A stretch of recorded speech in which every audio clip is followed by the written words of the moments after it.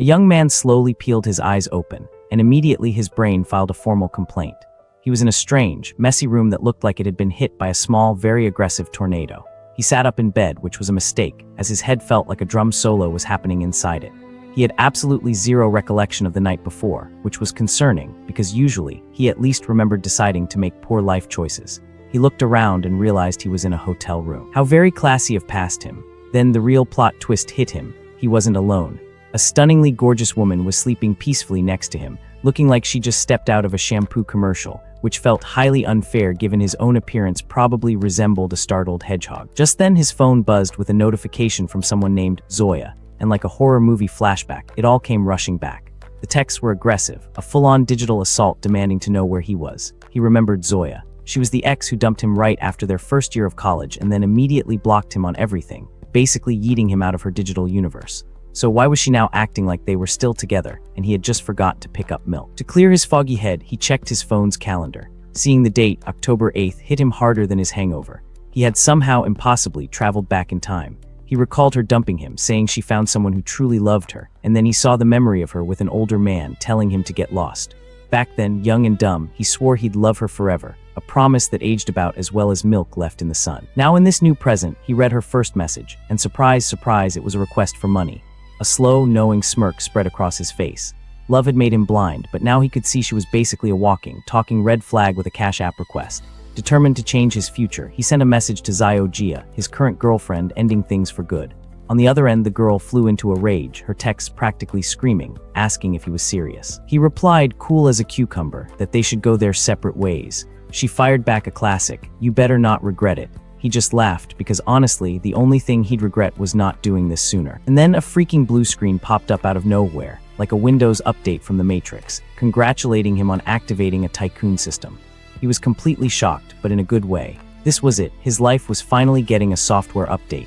The screen showed his stats and told him he would now earn money every single second, which got him very excited because who doesn't love passive income? Right after that, the system handed him a starter pack, which he accepted without thinking twice, because who says no to a mystery box? He instantly received 10 million in cash, a supercar, a shopping cart, and something called a friendship scanner. After checking his bank account and seeing the very real, very large transfer, he wondered what the scanner was for. Just then, the gorgeous woman beside him muttered something in her sleep, which caught his attention. He got an idea and decided to test his new gadget on her, pointing it in her direction like a weird, high-tech detective. The screen showed the woman's stats, but he was confused by a privacy attribute. He tapped on it curiously, and the system explained it was in very blunt terms the number of partners she had. He realized the number 1 meant he was the very first man in Yushi's life. Whoa. He then remembered that in his past life, after the whole ex-drama, he went to a bar to drown his sorrows and met her there by chance. He recalled finding her drinking alone, looking very upset about something. Their night together wasn't about love. It was just two heartbroken people sharing a bottle and a bed. In that moment of reflection, the beautiful woman beside him finally woke up with a start. She watched him for a second, saw the thoughtful look on his face, and called him a Casanova for sighing and smiling like that. He just stared back with a confident smirk. He leaned in and denied he was thinking about the past, which of course only made her more curious. Then he whispered that his only regret was not meeting her sooner, leaving her completely flustered, her brain short-circuiting like a toaster in a bathtub. Because of his boldness, the system immediately rewarded him with a card and a skill called God-tier tongue technique. He thought that with this new skill, he could take the girl to heaven in an instant, which sounded like a solid plan. He activated his new technique and kissed her in a way she had never felt before, leaving her stunned because the sensation was totally different and way better than the last time. He told her this was just the beginning, and the two of them spent the rest of the night, enjoying the moment, shall we say. The next morning he woke up, stretched like a happy cat, and noticed a stack of cash sitting next to him on the bed. He was completely confused. Did Yushi think he was some kind of escort? He picked up the note and saw it was a payment of 10,000 yuan, which honestly was a bit insulting. He found the girl interesting for paying him, but he regretted not getting her contact information. Then he focused on the card, wondering how it worked, and the system explained it was a cashback multiplier for money spent. Cha-ching. With this power in his hands, he was determined not to waste this chance and to become a famous tycoon. He realized that in this timeline, several major tech companies hadn't even been founded yet, making it the perfect opportunity for him to be the smartest guy in the room. His plan now was to save enough money to buy tons of shares in these future tech giants. Holding the car key, he thought about how the city had no limits on real estate purchases, which was perfect. Suddenly, a beautiful woman approached his car, and he thought about using his cards to buy some properties. The woman sat on the hood of his yellow car, because that's what you do to a stranger's supercar, apparently, and with a smile asked if the vehicle belonged to him. He calmly confirmed it was his and asked what she wanted. She asked for a ride, claiming a pipe burst in her house. Suspicious of her story, he activated his scanner to check the information on the girl named Chen Li. He was surprised by her high friendship level, but her privacy attribute of 28 partners set off alarm bells louder than a fire station on a Saturday night. Inside the car, he turned down her request for a ride, saying that being with 28 other people was a bit much for him. He drove off, leaving the woman in shock and wondering how he knew about her past. She commented on how handsome he was while an old man stood there, completely lost. The old man, ever the gentleman, offered to help the woman with her pipes, saying he had been a professional for 30 years. The woman got annoyed and immediately called him a pervert and a creep. The old guy was confused because his plumbing technique was top-notch, and he didn't get why she was yelling at him. Disgusted, she told him to get lost while he followed her, and the people around them started laughing at the scene. Just then, another man explained to the old-timer that her pipes weren't exactly literal. Surprised by the revelation, he commented on how weird kids were these days. The woman stormed off, running away and complaining about her bad luck and how everything went wrong that day. Meanwhile, our main character arrived at a real estate agency and was greeted by two agents, a newbie and her boss. The manager, judging a book by its cover, thought he was just some rich kid and passed him off to the newbie, Ziosa, so he wouldn't waste his time. With an air of confidence, he stepped out of his sports car and walked toward the agency. The boss encouraged the newbie to go it alone, telling her to just follow the procedure they practiced. The young agent nervously approached him and introduced herself as Zio Shia from the Lianji Real Estate Agency. He just asked her to help him find a house, and she nervously asked about his budget. From a distance, the manager smoked a cigarette and thought the newbie needed to learn how to pick her clients better, probably expecting her to show him shoebox apartments. Inside the agency, she showed him some cheap options, but he asked to see properties in the 1 million yuan range. She was surprised by the amount, but agreed to look them up on her tablet immediately. After a few minutes, she remembered to ask if he had any location preferences. He asked for places that were easy to rent out and said it didn't matter if they were furnished or not. He watched her and thought she was pretty inexperienced, but at least she was sincere, and decided to use his scanner on her. She showed him a few options near a commercial street with varying prices. He remembered that his starter card had a 1 million yuan limit, so he couldn't go over that amount for each one. She asked if he was not satisfied, but he was just thinking about how to maximize the bonus from his card. He asked if the price of the more expensive houses could be negotiated, because if so, he would take all 5. He doubled down, saying that if he could get each one for 1 million, he would pay for it all in cash, leaving her totally shocked. He confirmed the payment and added that he would hire her to manage the rentals for the properties. She was ecstatic about the huge commission she was about to make and promised to get him that price. The manager overheard everything and bitterly regretted misjudging the client, wanting to slap himself for his epic fail. An hour later, the manager, now in a suit and probably sweating bullets, presented the final contract with a total price of 5 million yuan. He signed the contract, saying he trusted her and that he would contact her for future purchases. She was thrilled with her commission and wondered what kind of tycoon he was to already be talking about buying more. The system showed that he received 230 million back from his 5 purchases. With that, his system leveled up, and he started earning almost 1 yuan per second, which is a weirdly specific but satisfying amount.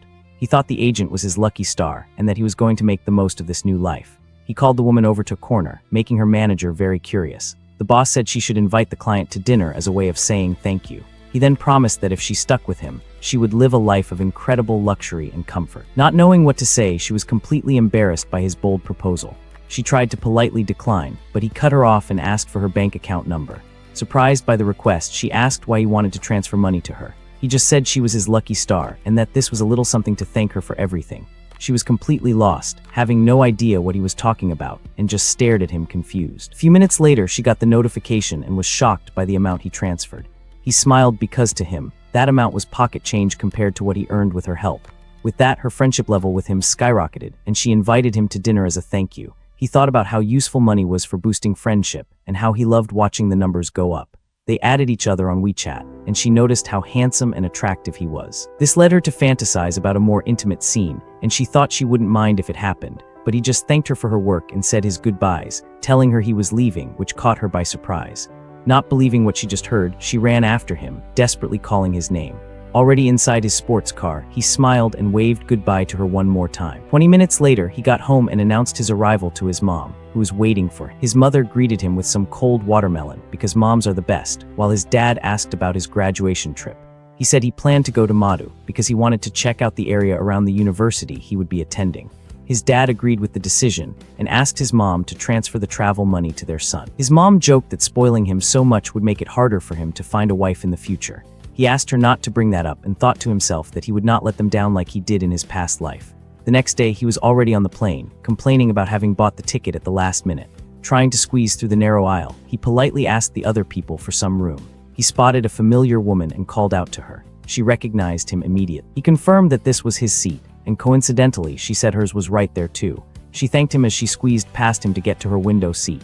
A guy in glasses popped up out of nowhere, like a creepy jack-in-the-box, and tried to flirt with her, butting into their conversation. Paying no mind to the intruder, he asked the girl to take the inner seat.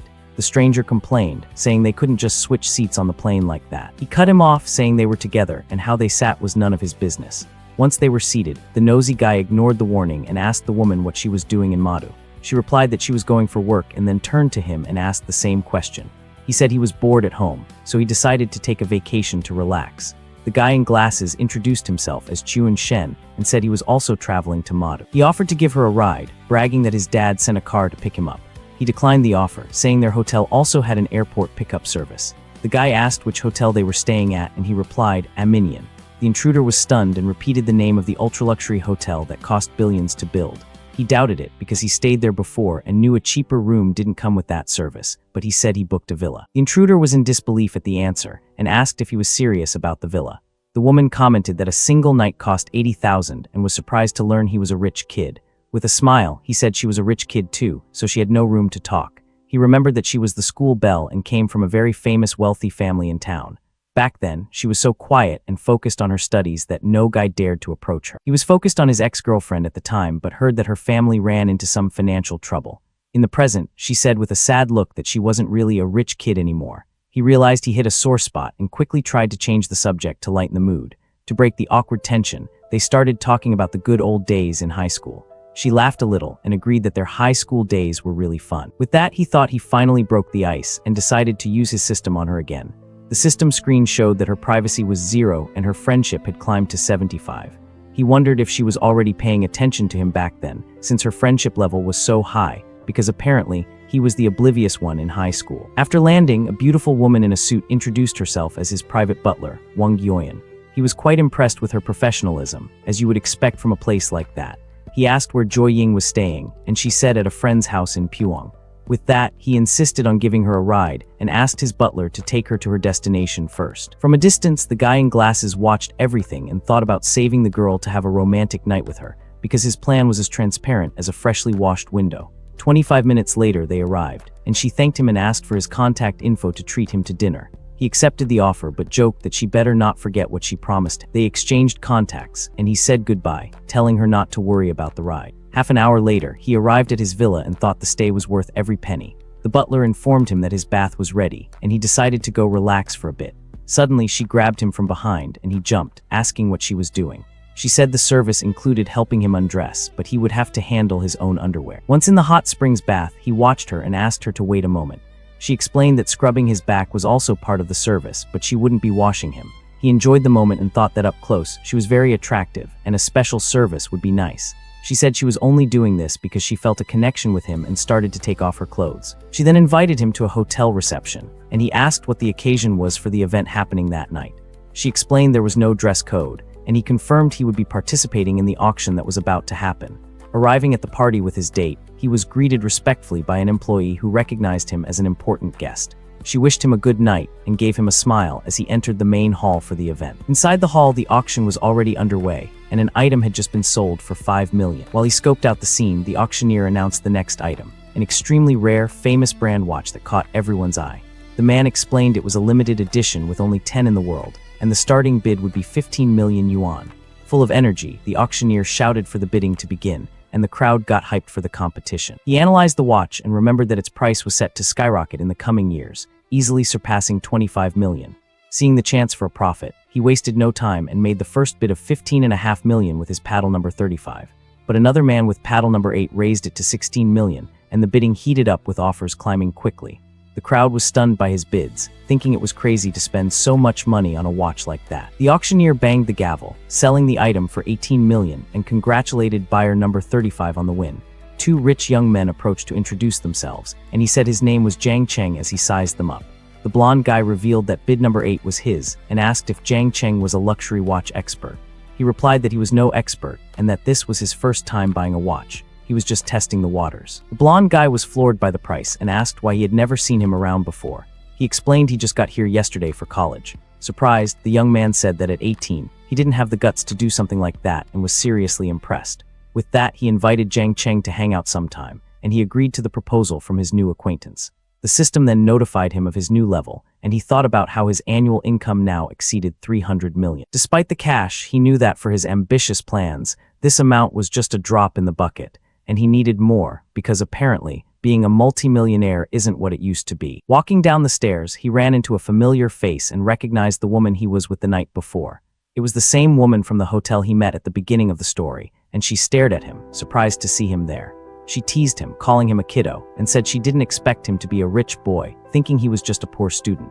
She invited him to her villa since the auction was winding down, wanting him to join her for another night together. He accepted the invitation, and she joked that he better put in more effort than last time, turning up the heat. Suddenly, a man appeared and grabbed her by the arm, revealing himself as Jiang Yu, the beautiful woman's ex-fiancé. The guy insisted they were engaged, but she called him crazy for wanting to get married after he cheated on her with her best friend.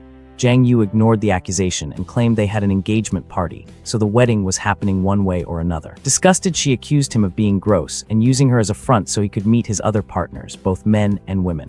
The system gave him two choices: leave with a reward or punch the guy to gain a physical enhancement and a bad luck card. The enhancement improved all his attributes, and without a second thought, he landed a punch on his rival, leaving the woman shocked. He kicked the aggressor on the ground, and she watched the scene, seeming to enjoy his attitude. He stomped on his fallen rival, and her affection level rose while the other guy screamed in pain on the ballroom floor. Desperate, the aggressor started yelling for help, calling for hotel security to rescue him from the situation. Security arrived and tried to de-escalate the fight, but the ex-fiancé yelled at them to arrest him and call the cops. Threatening the staff, he said he was going to call the police and file a complaint to get them all fired. She told him not to worry, as she would say he was defending her from harassment. The ex-fiancé boasted that the security cameras recorded everything and that they were all finished because of it. Suddenly, a man with a knife burst in, and panic spread as people screamed, terrified by the scene. The intruder grabbed the ex-fiancé and demanded they bring him the couple who betrayed him, or he would take everyone out. Scared for his life, the aggressor yelled for the security guards to find the people the man was looking for to save his own skin, because loyalty clearly wasn't his strong suit. The system gave him a new choice: escape with the girl and get money, or stop the crime and gain a new skill. He decided to act for everyone's safety, and especially for the special technique the system offered as a reward. Before acting, he remembered the item he won earlier and realized the bad luck card could be very useful right now. He activated the enhancement card, and a blue aura completely surrounded him, changing his body. With this, he felt a powerful energy flowing through his entire body. Wasting no time, he dashes at high speed toward the man with the knife, ready for a surprise attack, because apparently, his morning workout routine involved saving rich people from dramatic villains. The young man lands a powerful punch to the aggressor's face, who has no time to react to the swift and precise blow, probably still thinking about his evil monologue. With just one hit, the intruder falls to the floor, knocked out cold, and our hero stands victorious before all the guests, looking like he just posed for a superhero movie poster. The woman is shocked by the scene and thinks that he's not just a rich boy, but a true powerhouse, which is good, because being a rich boy alone doesn't usually win knife fights. The ex-fiancé is also floored by the protagonist's strength and stares at him with a look of pure fear on his face, like a guy who just realized his bluff got called by a nuclear bomb.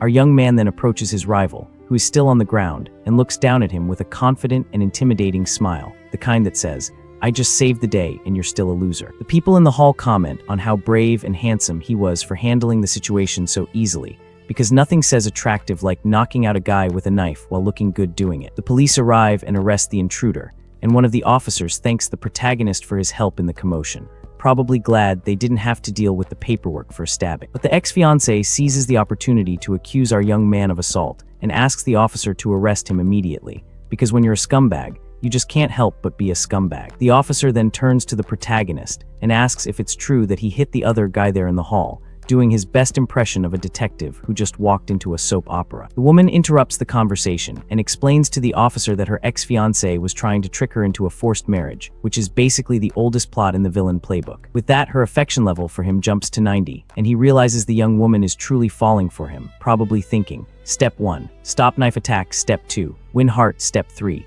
breakfast. He hugs her to comfort her and says he'll never let a scumbag like that intimidate her ever again, which is sweet, even if it sounds like a line from a bad romance novel. The officer tries to calm the situation, but the rival screams, demanding the security footage to prove his innocence, because apparently he thinks cameras will show him being less of a jerk. Injured, the protagonist decides it's time to test the system's bad luck card on this clueless guy who showed up, because why use fists when you can use cosmic misfortune?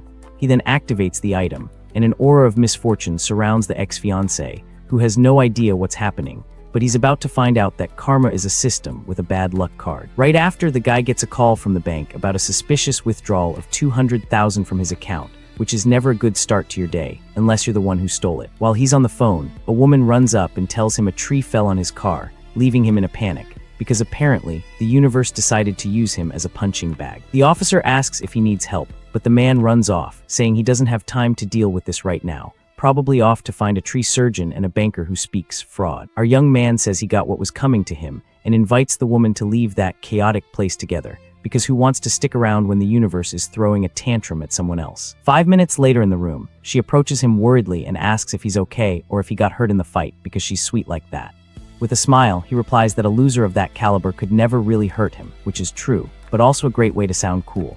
Even so, she insists on checking for herself to make sure he didn't suffer any serious injuries, which is either concern or an excuse to get handsy, but we'll go with concern. The woman asks if he's going to look down on her for having a fiancé like that, but the guy reassures her about it, because he's not the type to judge someone for having a terrible ex. That's basically a hobby for some people.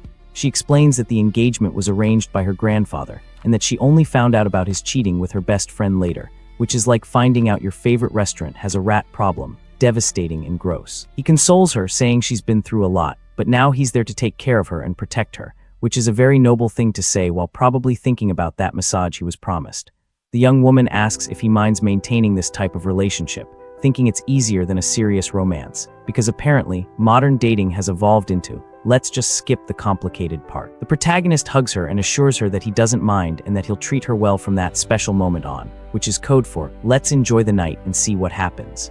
The two then enjoy the night together, and the moment seems to be quite intense for the beautiful woman accompanying him, because when you combine a hero, a villain, and a hotel room, things tend to get spicy. The next morning, two maids are tidying the room, and one of them comments on the stamina of young people these days, because apparently, the sheets told a story. The other lady jokes that she wouldn't be able to work if her husband were like that, and they comment with envy about the young man, because who doesn't want a partner with that kind of energy? Later, at a coffee shop, the protagonist and the woman are having breakfast while he casually scrolls on his phone, because even after a heroic night, you still need to check social media. On the screen, he sees a post from a classmate showing off an expensive watch he got from his mom as a coming-of-age gift, because nothing says I'm an adult like a luxury timepiece from mommy. Our young man then gets an idea and asks if he can borrow her legs for a celebratory photo, which is either the weirdest request ever or genius-level trolling. She asks if it's his birthday, but he explains he wants to post a gift that's different from what his other classmates are showing off, because when everyone else has a watch, you need to up the game. The woman agrees to the prank and calls him a brat as she agrees to participate in the unusual photo he requested, because honestly, what else is she going to do? She strikes a daring pose, lifting her legs so he can take the picture for his social media, probably thinking, my mother would kill me if she saw this. She then takes off her shoes and continues to pose for our guy's camera, who is having fun with the scene, because this is way better than a boring watch selfie. He takes the picture, thinking that his 18th birthday present isn't a car, but it's faster than a supercar, which is both clever and a little bit dirty, but we'll let it slide. The result is a photo collage that he posts on his social media for all his friends to see the news, and honestly, it's the most memorable 18th birthday post ever. His classmates are shocked and envious of the post while lamenting their own boring gifts, because a watch from mom just doesn't compare to, well, that. Shortly after, the protagonist arrives at a luxury car dealership, and a saleswoman greets him at the entrance, probably sizing him up like, can this kid afford a keychain, let alone a car? She offers to give him a tour, and our young man follows her to check out the car models available in the store, because window shopping is fun when you can actually buy. Inside the dealership, he sees an older man offering a car to a beautiful woman who seems uncomfortable with the situation, which is basically every creepy rich guy move in the book. The bald old guy insists he'll drive her home every day, and that's why she needs a good car, all while trying to touch her, because apparently, consent is just a suggestion to some people. Our young man watches the scene from a distance and thinks that he came to the dealership to see cars, but ended up watching a soap opera, which is honestly more entertaining. He then recognizes the woman as Suan,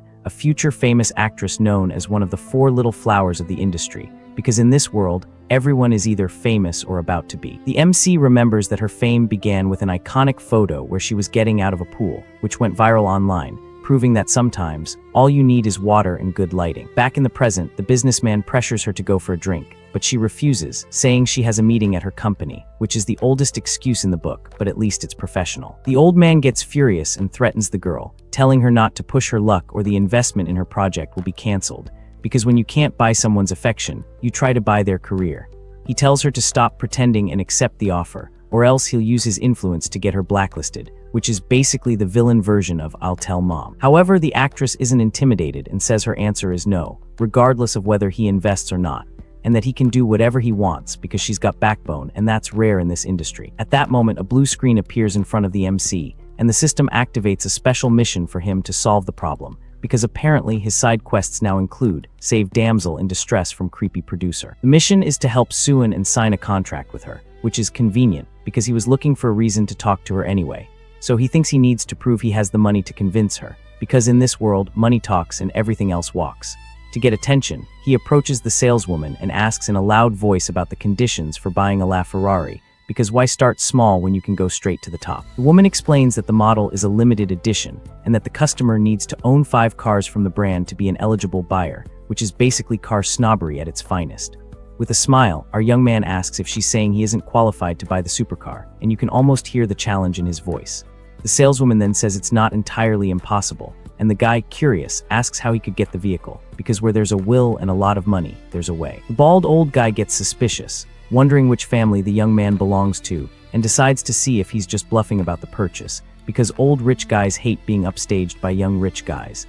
The actress is shocked because not even a big shot would buy a $3 million car, and the protagonist wants the most expensive one in cash, which is either insane or incredibly baller. The saleswoman then warns that with customizations, the price of the car could reach 50 million yuan, and she says this like it's a bad thing, but to our guy, it's just Tuesday.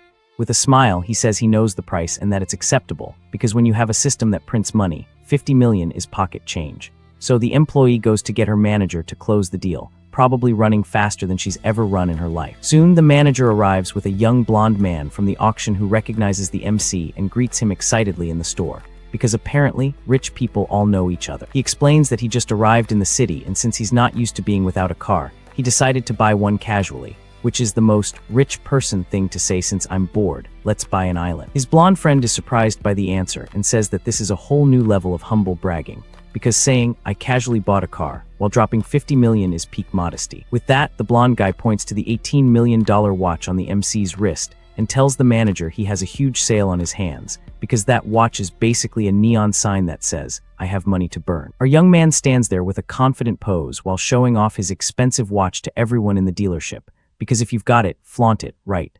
The manager is stunned by the value of the accessory and realizes that this young man is an extremely wealthy client, probably calculating his commission in his head. The man says the credit check is just a formality and begins the car registration process for the young man, because when you wear a watch worth more than most houses, credit checks are just for show. The actress and the old man watch the scene while the blonde guy thinks that he's never seen an heir as rich as Jiang Chen, which is a pretty big compliment in rich people circles. The blonde guy then calculates that the protagonist's fortune must easily exceed 100 million yuan, which is cute because he has no idea about the system. The bald old guy loses interest in the car and insists that the woman go for a drink with him, but she refuses because she has a meeting, still holding that line like a pro. Angrily, the man gives the actress an ultimatum. Either she goes with him or she can forget her career, and he storms off furiously because nothing says I'm a mature adult like threatening someone's livelihood. The protagonist then calls the actress by her name, and she turns around, surprised, asking if he's talking to her, because famous people aren't used to strangers knowing their name, unless it's a fan. He introduces himself as Jiang Changjin and says he'll invest in her project since the other guy backed out of the proposal, because he's basically a knight in shining armor, but with a better car. The woman is shocked and asks if it's true, thinking that he's on another level and could save her from her problem, which he absolutely can. The MC says he has other plans and that they can talk tomorrow, so she asks for his contact info to arrange the meeting, because this is 2026 and that's how business works. The two exchange contact information on their phones, and she says goodbye, telling him she'll see him the next day for the meeting, probably walking on clouds. The young man asks the manager when he can pick up the car, and the man replies that it will take a waiting period of at least a year, because apparently, even with money, you can't rush perfection. Our young man is disappointed with the delay and thinks of an alternative to get a car faster than that, because waiting a year is for people who don't have a system. His blonde friend invites him to a car show in a few days where he can get one on the spot, and he accepts, because that's the kind of networking that pays off. Sometime later, he arrives at a fancy restaurant, and the blonde woman calls him to her table, waving him over like she's been waiting all day. The blonde guides him by the hand and recommends the crab roe rice dish, which is the house specialty, because when you're at a fancy place, you eat fancy things. At the table, several sophisticated dishes are served, and the atmosphere between the two seems very intimate and special, the kind of vibe that says this is going somewhere. He leans in close to her and whispers in her ear that he's only interested in having a special night with her, which is both forward and honest, and honestly refreshing. The next morning, she asks him to let her rest because the previous night was quite eventful for both of them, which is the polite way of saying you wore me out. The MC says he can do that, but only if she calls him by a more affectionate nickname than before, because apparently, he's collecting pet names like Pocket. She then calls him hubby and gives him a kiss, and satisfied with the nickname, he lets her rest a little longer because he's a gentleman, even if he's a demanding one. With a cute little face, she compliments him and says he's the best for being so considerate of her, which is sweet, even if she's just buttering him up for later.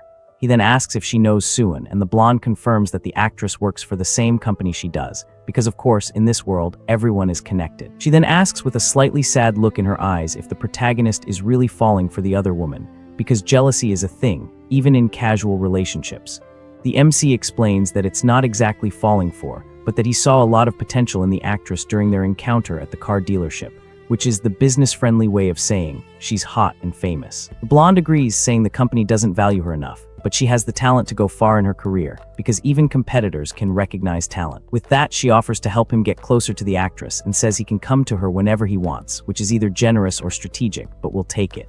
He calls her silly and assures her that he will treat all of his women well, because when you're a tycoon, you have to manage expectations. So she asks about the investment in the actress, and our young man confirms his intention, but she warns him that to hire Suan, he'll have to open a company and buy out her contract, because nothing worth having comes easy.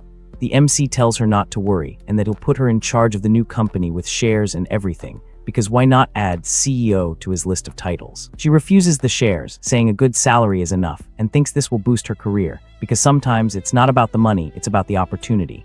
He gently scolds her, saying there's no need for such formality between them since they're already very close, which is code for we slept together, so let's be business partners. She then moves closer to him and touches his face affectionately, because intimacy builds trust, or at least it should. With tears in her eyes, she confesses that before him, her life felt meaningless, and only now does she feel alive, which is either incredibly romantic or slightly concerning, but he'll take it. While hugging her, he receives a message from the actress asking for the time and place of their meeting, because apparently his phone is the command center for his love life. The next day, with a smile on his face, he thinks that the big star seems to be in quite a hurry to close the deal, because who wouldn't be eager to sign with a mysterious rich guy? Our guy pulls up for the meeting, and the actress greets him, probably wondering if this is a business meeting or a date. She gets in the car and asks where they're headed, and he replies, a luxury hotel for the meeting, because when you're a tycoon, you don't do coffee shops. Once there, she asks about the drama, and he's told it's a small project with a limited budget, which is code for we're making something on a shoestring. Our guy's enthusiasm completely deflates when he hears the low figure of 5 million, and he questions the quality a project like that could possibly have, because 5 million is lunch money to him. So the actress tries to win him over, saying the plot is good and it's a fast turnaround, and she pulls out a script, because that's what actors do. Our boy waves off the script, saying he only cares about investing, because scripts are for people who read and he's a man of action. He then offers to wire the money right then and there, and she's floored, having never seen an investor like him, because usually investors want meetings, not instant transfer. But there's a catch. The young man lays down one condition. She needs to sign with his company as an artist, because why invest in someone else's project when you can own the talent? The actress points out she's already under contract and breaking it would be expensive, which is true, but our guy says that's not a problem, because money is just a number to him. The woman thinks he's handsome but is suspicious of his intentions, wondering if she should accept the offer, because when a rich, handsome guy offers you a deal, you have to ask, what's the catch? This, the actress asks if he even has an entertainment company, and our young man replies that he'll create one if she agrees, because that's how confident he is. He says he knows her current company doesn't value her, so he'll pay the termination fee, and the new agency will be all about her, which is basically every actor's dream. Her friendship level jumps to 50, and she shyly asks if he has any special requirements, because in this industry, special requirements usually mean trouble. He says she needs to be a proper artist without any improper contact with others, but makes an exception for himself, because he's nothing if not honest about his intentions. Her friendship shoots up to 60, and she asks when they can sign because at this point she's sold. Our guy tells her to call him boss because he's earned that title. Curious, she asks how old he is, and the actress teases him about his age, questioning if he shouldn't be 18 instead of 20 since he's so young, which is a backhanded compliment if ever there was one. Our guy smirks and says he was thinking of something else, so she calls him a little devil because he's earned that too. After the food arrives, she thanks him for his help, but he says the only thanks he needs is for her to become a star, because that's the ultimate return on investment. Just then, the system notifies him that he secured the contract and earned 20% of a company's shares, because the system loves rewarding good deeds. While eating, he thinks about telling his parents about his newfound wealth so they don't freak out when he comes home, because showing up with a $50 million car might require some explanation. So he calls his dad, who congratulates him on his sharp eye for investments and the company's quick success, because apparently his dad is also in on the secret. His dad calculates his annual income, and his mom jokes that he's been bragging to his friends about his son's success, because moms love to show off. Our young man asks if they want any gifts, but his dad tells him to stay humble and not get carried away, because good parents keep you grounded. Ending the call, he invites her to do some shopping, and she accepts, playfully calling him her sugar daddy, because why not embrace the dynamic? After finishing their meal, she wipes her mouth, and our boy confirms they can head to the mall, because shopping is the next logical step. They arrive at a super expensive watch store, where an employee greets them at the entrance, leaving the actress completely stunned, because this is the kind of store where you need a loan just to look at the displays. Inside, she spots a familiar face and greets a senior actress named Linru, who's with an older man, because in this industry, you're never alone. The actress asks what she's doing there, and Linru hesitates a bit but says she's just accompanying a friend, which is code for "I'm here with my sugar daddy." The older man comments that the young guy is talented and handsome, and the system analyzes him, showing his stats, because the system is basically a gossip columnist at this point. The old man then asks who the boy is, and the veteran actress explains that he was in one of her old dramas, because everyone's connected in showbiz. The extra then introduces himself as a film investor and offers his card to the actress with our guy, because networking never stops.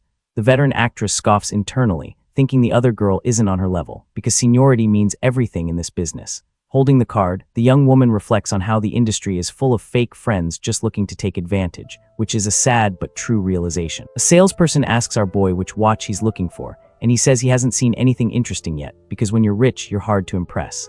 Our guy then asks for models starting at $500,000, saying the cheaper ones aren't good enough for his mom, because his mom deserves the best, obviously. At this, the veteran actress is floored by the price, thinking about how long it would take a normal person to earn that much, which is forever, basically. The actress sits down and pretends to read a magazine, but she's secretly enjoying watching the other woman get put in her place by our guy, because schadenfreude is real. He walks over to her and asks if she's found a watch she likes, but the girl says she's just browsing since she can't afford them, because honesty is refreshing. Suddenly, the system gives our young man a random task: gift the actress a watch to strengthen their relationship. So he tells her to pick anyone she wants, because the system is basically his wingman. She politely turns down the offer, saying she'll buy her own accessory when she can afford it, because she's got pride. Watching from afar, the veteran actress thinks they're just putting on a show and plans to embarrass them, because that's what bitter people do. The salesperson brings out a selection of expensive watches for our guy and helps him try on the models, because customer service is everything. As soon as one of the watches is on our young man's wrist, it practically glows, and the employee compliments how great it looks, because it's a $50,000 watch. It better look good. The protagonist then asks the girl for her opinion, and she agrees the watch looks amazing on him, because honesty is still a thing. He mentions it's a bit loose, so the actress offers to tighten it on his wrist, leading him to make a pretty cheeky comment, because he can't help himself. The actress gets flustered by his comment, and her friendship level climbs to 70 thanks to our young man's flirting, because apparently cheeky comments work. Our young man wonders about the friendship increase, then stands up and tells the salesperson to wrap up both watches for him, because why buy one when you can buy two? Completely stunned, the store employee asks if our protagonist really wants to buy both luxury watches, because that's not a normal Tuesday. At this, the veteran and the older man are in total shock over the $2 million purchase, questioning if he's just showing off, because that's what poor people say when they see rich people spend. Our guy then asks the actress for help picking a watch for his mom, and the girl points to a very elegant model, because she's got taste. With that, the salesperson praises her choice and details the prices of the watches, which cost over $800,000 each, because elegance isn't cheap. He then asks the girl to try on the accessories so he can see how it looks on her wrist, because he's nothing if not thorough. Our young man remarks that the watches are way better than the cheap model on the woman behind them, who gets furious when she hears it, because that's a direct hit. Ignoring their reaction, our boy asks to have all 4 watches wrapped up and hands over his card for payment, because he's on a roll. Right after paying, the girl gets ready to take off the watch she tried on to give it back to the salesperson. But our guy grabs her hand and tells her she doesn't have to because that accessory is now a gift for her, because he's smooth like that. Completely embarrassed, the actress refuses the gift, saying it's way too expensive for her to accept because she's not used to this level of generosity. He insists, saying it's just a little something and that it's already paid for, so there's no returning it, which is technically true. The girl still tries to refuse, but he explains that the watch doesn't suit his mom and that it's a welcome gift because he's got an excuse for everything. Our young man then gives her a serious look and asks if she's trying to disrespect him in front of everyone, which is a power move if ever there was one. Realizing he's her future boss, she accepts the gift, and her friendship level rises to 75, because who can say no to a boss like that? The salesperson then hands over the receipt for over $4 million and also offers them a special gift from the store, because when you spend that much, you get free stuff. At that moment, the veteran actress is fuming, wondering how a rookie could get a watch more expensive than hers, because jealousy is a bitter pill. She then asks about her gift, but the salesperson says that unfortunately there isn't one available for her, because Karma is a salesperson. With that, the older man gets furious that his plans are ruined and storms out of the store, annoyed with the whole thing, because his date is now a disaster. The salesperson then asks the veteran if she still wants the watch, but the woman, embarrassed, refuses and leaves because her pride won't let her stay. Just then, the system announces the mission was a success and offers a random cashback reward to our guy, because the system loves a winner. He accepts immediately, and the system congratulates him on getting a return of $13,165,000, which is a pretty sweet return on investment. He then checks his phone, confirms the transfer, and with a profit of $8 million, decides to buy more gifts, because why stop now? They arrive at a handbag store, and our boy asks which model she wants, but the girl shyly refuses the gift because she's still not used to this. Ignoring her refusal, he asks the saleswoman for the most popular models, and the woman shows him 2 bags because that's her job. Our guy then asks her to run his card and buys both luxury bags for the actress without even hesitating, because he's on a shopping spree. The saleswoman informs him the total is $120,000 and tells him he's now a store member with access to future events, because spending that much gets you perks. Seeing him spend so much money, the girl is impressed by the power and generosity of her new boss, because who wouldn't be? After shopping, she thanks him and invites him up to her apartment for a drink as a way of showing her gratitude, because that's what you do when someone buys you a small fortune in gifts. He jokes that he needs to protect himself because if he gets tipsy, she might take advantage of him, which makes the girl blush because he's cheeky and she knows it. Our young man says he's just kidding, says goodbye, thanks her for the company, and leaves the actress behind because he's a gentleman even if he's a teasing one. She watches his car drive away, thinking that he's actually a good guy, and her friendship level climbs to 80, because absence makes the heart grow fonder. With the friendship at 80, our guy thinks he's close to winning her over, and that with just a little more effort, she'll fall for him, because the system said so. While driving, our boy smiles confidently, thinking that soon the actress will be all his, because he's got a plan and a system. Half an hour later, he arrives at the luxury villa, where the manager greets him, letting him know his bath is already drawn, because that's the kind of service you get when you're rich. The woman watches him in the pool and thinks she needs to provide excellent service for such an important client, because tips are probably insane. Relaxing in the water, our young man asks the manager if they have any special expensive dishes on the menu, because why eat normal food when you can eat luxury? The employee then explains that the hotel offers various luxury cuisines like Chinese, French, and Japanese, and she recommends special dishes like yellow croaker and white truffles, which are the house specialties, because when you're rich, you eat rare things.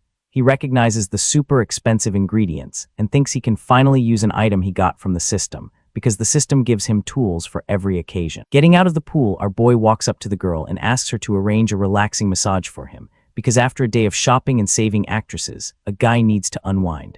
The manager agrees right away and says they can go to his room for the massage session to begin, because that's part of the job. Once in the room, the woman prepares to start the massage, while our protagonist lies down on the bed, waiting, probably thinking about how this is the life. With that, the girl gets on the bed and positions herself to start the massage on our young man's back, because professionalism is key. She takes a vial and pours a bit of massage oil into her hands to get started, because you can't have a massage without oil. Our boy is then surprised to realize it's a much more elaborate aromatherapy massage, because this hotel doesn't do anything halfway. The woman says the hotel spa is a specialty and tells him to close his eyes and just relax his body, because that's what massages are for. And so, she begins the massage on his back, and our protagonist seems to be enjoying the moment of relaxation, because who wouldn't? The manager continues with the massage, and our boy gets a little flustered with a seductive look, because apparently massages can be more than just relaxing. The woman seems to be offering a much more special service than he expected, because this hotel really goes above and beyond. At this point, the intensity of the moment ramps up, and our young man starts to pick up on the woman's real intentions because he's not that clueless. He then wonders if he's overthinking things or if the manager is really offering an extra service, because in his experience, people usually want something. The manager announces the service is over and says she'll pick him up tomorrow for the car event, leaving our guy a bit disappointed as he was expecting more, because when you're teased, you want the payoff. The next day, the car show is packed with various luxury models and tons of important people snapping photos of everything, because rich people love documenting their existence. Our protagonist arrives at the hall and checks out the place alone since his friend had something come up and couldn't make it, because friends are flaky, even rich ones. He thinks the cars are cool, but the prices don't impress him as the most expensive one is only $2,200,000, which is pocket change to him now. Suddenly, our young man spots a familiar group and wonders why all his old classmates are gathered there, because apparently everyone he knows is at this car show. Looking closer, he recognizes someone and discovers that she's working at the event as a car model, because in this world, everyone has a side hustle. The girl looks stunning in her red dress, catching the eye of everyone present with her beauty at the event, because that's what models do. A guy then asks what time she gets off work, but another classmate tells him not to bother her, calling him just a snob because some things never change. The model overhears the conversation but doesn't respond, simply continuing with her job because professionalism is key, even when your ex-classmates are being annoying. Our boy then walks up to the guys, who are surprised to see him, probably wondering if he took a wrong turn on his way to the rich people's section. They ask what he's doing at the event, and he questions if they organized some secret outing since nobody invited him to join, because apparently, his social circle still operates like high school cliques. One of the classmates thinks angrily that they left him out of the trip on purpose and didn't expect to run into him, which is awkward. But hey, that's what happens when you're the poor kid who suddenly became rich. The guy with green hair points to another friend and sarcastically says our guy should ask him, because passing the buck is a classic friend move. At this, two girls comment that he's gotten much more handsome, and one even asks if he's had plastic surgery, because apparently glow-ups are suspicious in their world.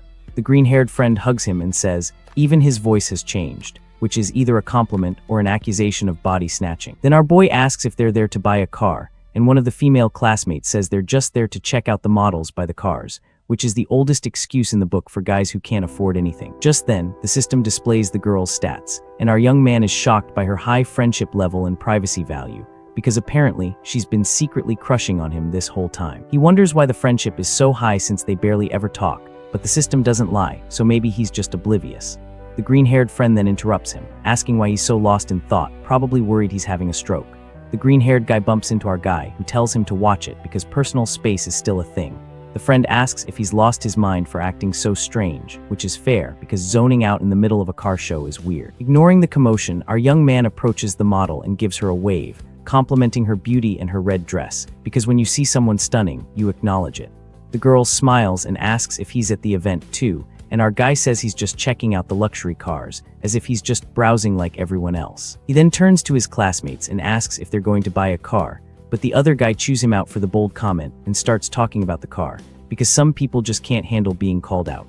Our protagonist compliments him on knowing so much about cars, and the classmate explains the model costs over $5 million, as if that's supposed to intimidate someone who just bought a $50 million watch. With a smirk on his face, he provokes the guy, asking if he's going to buy the car since he knows so much about it, which is basically asking, "So are you going to put your money where your mouth is?"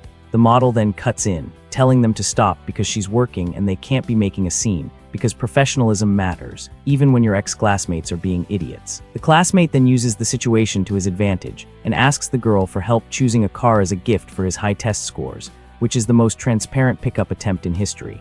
The girl gets uncomfortable and declines, saying she doesn't know much about cars and suggests he talk to a salesperson, because she's not interested in being part of his scheme. The guy insists on talking to her, and our guy accuses him of using the purchase as an excuse to chat up the girl, because that's exactly what's happening. The classmate challenges him to buy a car, and our young man provokes him by asking if the car comes with the model as a bonus, which is bold but honestly kind of funny. The girl finds the joke funny and comments that he's pretty bold for asking such a direct question in front of everyone, because honesty, even when cheeky, is refreshing. The classmate gets annoyed and tells him to stop showing off since she's working, but our young man says he's serious, because he's always serious when it comes to spending money. At that moment, the event manager notices the commotion and heads over to deal with the problem, because chaos at a car show is bad for business. The manager then approaches and scolds the girl for chatting on the job, and she apologizes immediately, because that's what you do when your boss catches you.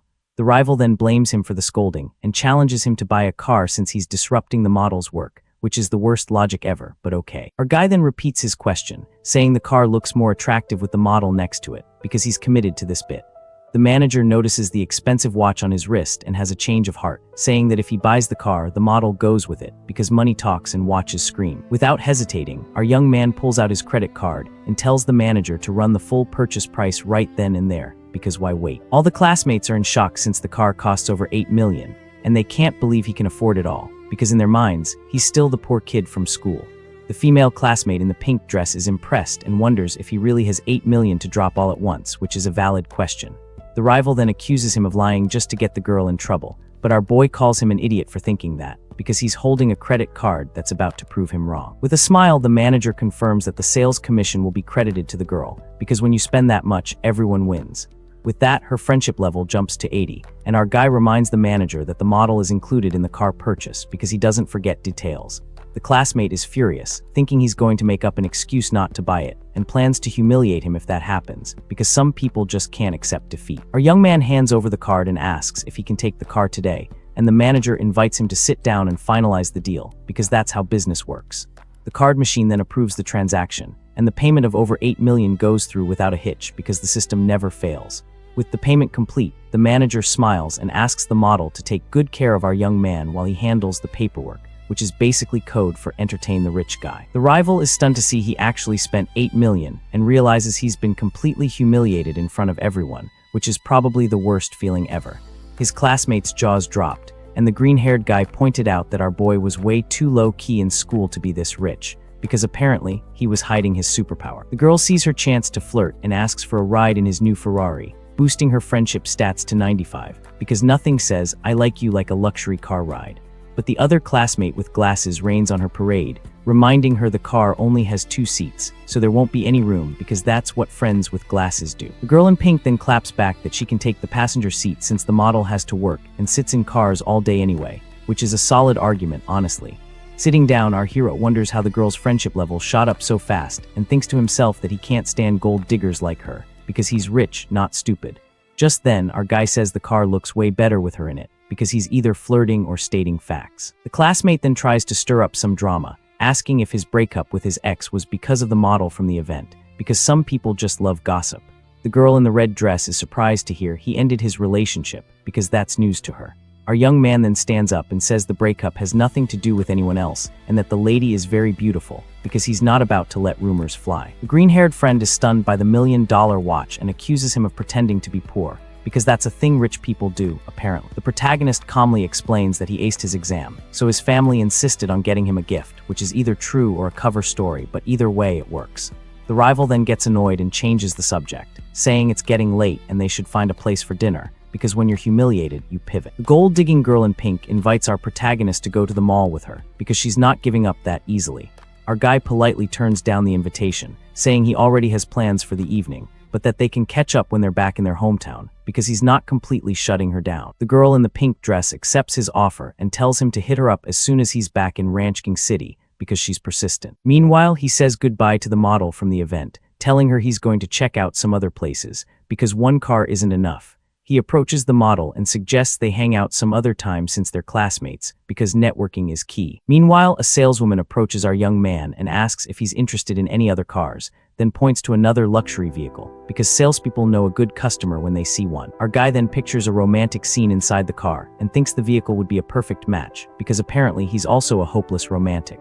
With that in mind, our MC gets thoughtful and carefully weighs his options, because even with money, you have to think about these things. He then asks for the car's price, and the saleswoman reveals it costs $9.5 million, which is basically pocket change at this point. The woman offers 3 years of maintenance, but our young man cuts her off and says he'll take the car, because he doesn't need perks when he has a system. He then asks about a delivery ceremony, and the employee assures him she can arrange a big celebration for him, because that's what rich people expect. Our protagonist declines the ceremony, explaining the car is a gift, so he'll just send the address for the vehicle's delivery, because he's low-key like that. Pink-haired streamer is live streaming and showing off the luxury car to her followers, because content is king. She continues the stream, saying the car is gorgeous and that whoever gives it as a gift will find true love instantly, which is a nice sentiment, even if it's not true. Just then, the woman points to our guy and says she'll interview him live if she gets 3,000 likes on the stream, because engagement is everything. Seeing the streamer just standing there, another employee approaches and asks if the young lady is placing an order or just browsing, because that's their job. The pink-haired girl awkwardly replies that she just wanted to take a look at the vehicle, which is the universal sign for "I can't afford this." Because of this, the saleswoman asks the streamer for proof of assets to be allowed to stay there, because some stores are snobby like that. The streamer gets annoyed and points to our MC, saying he walked right in without any issues, but the employee insists it's standard procedure, because rules are rules. The streamer is embarrassed as her followers comment that she's being treated poorly and demand that she interview the rich guy, because the internet loves drama. Watching from a distance, the model is shocked to realize our guy spent 20 million in less than half an hour, because that's either insane or incredibly baller. She then reflects that even before her family's incident, they could never spend money so lavishly, because 20 million in half an hour is next level. 2 hours later, our MC stretches as the car's paperwork is all sorted out, because buying cars is exhausting, apparently. A manager hands him the keys and asks about the license plate, so our young man thinks it might be hard to get a special one, because bureaucracy is a thing. Just then, the system pops up and gifts him a custom plate with his initials, and he finds that very thoughtful because the system always delivers. An employee then approaches to help him with the new plate registration, and our guy agrees to proceed, because why not? Upon seeing the plate, the manager is gobsmacked as it has the client's initials, and he's never seen anyone with so much pull because custom plates usually take time and connections. Our protagonist then tells the man not to overthink it, and that he just reserved the number in advance, which is a solid cover story. The manager praises our young man's incredible luck, saying the choice of plate was very meaningful and impressive, because flattery gets you everywhere. A mechanic then approaches the car and informs them that the new license plate installation is complete, because efficiency is key. Seeing the VIP treatment, the manager speculates that our guy must be related to some big-shot politician or tycoon, because that's the only explanation for such treatment. A few minutes later, the model walks up to our MC and thanks him for everything that happened during the day, because he basically made her career. The woman then invites him to dinner, saying she's about to get off work and that it's on her, because gratitude is best expressed with food. Our young man starts to reply, but his phone rings, and a smirk appears on his face because he knows drama is coming. Then our guy answers the call with a hello for the person on the other end of the line, because that's how phones work. On the other end of the line, his friend is crying his eyes out, saying he broke up with his girlfriend and needs to grab a drink with our guy, otherwise he's going to jump in the river in despair, because apparently breakups are that serious. Our MC is shocked by the news because that's heavy. All of a sudden, he gets a text from his buddy who just got dumped and wants to go drinking, because modern communication is redundant. Because of that, he ends up having to postpone his date. The girl agrees to reschedule, no problem. Arriving at the bar, our guy finds his green-haired friend drinking alone and teases him, asking if he was still planning on jumping in the river. The green-haired dude complains that he got totally played and feels awful because the girl he liked was just using him the whole time, which is a classic heartbreak story. He explains that when the other guy went to the restroom, she followed him, leaving him completely heartbroken. But our MC, already tired of all the drama, tells his friend to just get straight to the point and explain what really happened. The green-haired friend then confesses that he followed them both and saw them making out in the hallway, which completely crushed him. Our guy points out that they were never actually together, so there's no way he could be heartbroken, but his friend begs him not to be so harsh. With that, our guy tries to cheer his buddy up, saying the girl is no good and that it's better to just let the other dude have her. He then reveals that he heard from a friend that the girl's personal life was a total mess and that he had tried to warn him before. Our guy says he must have hit his head and proposes a toast to forget the whole thing and drown their sorrows, because alcohol is the traditional remedy for heartbreak. An hour later, our protagonist helps his friend get a taxi, and the drunk buddy promises he'll have his back if he ever needs it. Right after, our young hero calls for a private driver on his phone to take him home in his new sports car. Just then, a woman walks up and tells him to get away from her boyfriend's car, because there's no way he could afford to pay for it if he scratched it, which is both rude and incorrect. Our guy just looks at the woman with a confident smirk, clearly amused by the situation and thinking about how to respond. The woman, realizing her mistake, asks why he looks so much like her boyfriend, which is the weakest excuse ever. He shoots back, "Well, you don't look much like my girlfriend," because he's quick with a comeback. She finds him funny and compliments his voice, saying he could probably drive that car with just one hand, which is either a compliment or a weird flex. The girl then makes a bolder move, asking our young man if he wants to have some fun with her because she's nothing if not direct. But our protagonist cuts her off, saying he's not interested and that he doesn't even have any classmates around. Suddenly, the streamer from before shows up and introduces herself as the driver he requested, because timing is everything. Her name is Kia Yin, and she's doing a live stream while she works. The viewers immediately recognize our guy from the auto show because he's becoming famous. Our guy jokes that she has to pay to take his picture and grabs her phone with a confident look because he's a tease. The streamer apologizes, saying she forgot and looks a little embarrassed because she got caught. She explains that she works as a driver at night and asks if she can film his car for her followers. The streamer gets super excited to show the car to her followers, talking about how fast the model is. The live stream chat starts blowing up with comments about the car's license plate and how lucky the streamer is to run into a rich guy like our hero. The first woman then offers to be his driver for free, trying to get another shot with our protagonist, but our young man turns down her offer, saying that free things usually aren't that great, because he's learned that lesson. He then asks the streamer if she actually knows how to drive a supercar. Handing her the keys, the girl assures him that she's driven plenty of sports cars since she used to be a car blogger, and the system displays her info with zero privacy. She asks if she can stream while driving, promising the camera will only focus on her, and he doesn't mind the broadcast. So our young man agrees, and they take off with the girl holding her phone to continue her live stream, because multitasking is a skill. The streamer tells her followers that she's super nervous and excited to be driving such an expensive car and that she needs to focus, because crashing a $9 million car would be bad. Our protagonist thinks to himself that if it weren't for the system's zero privacy value reveal, he would have thought she was pretty experienced. He then analyzes her stream and notices that despite her popularity, the donations are really low, finding the situation kind of sad. Looking at the numbers, he notes that her daily earnings are minimal, even with a lot of viewers, which doesn't add up.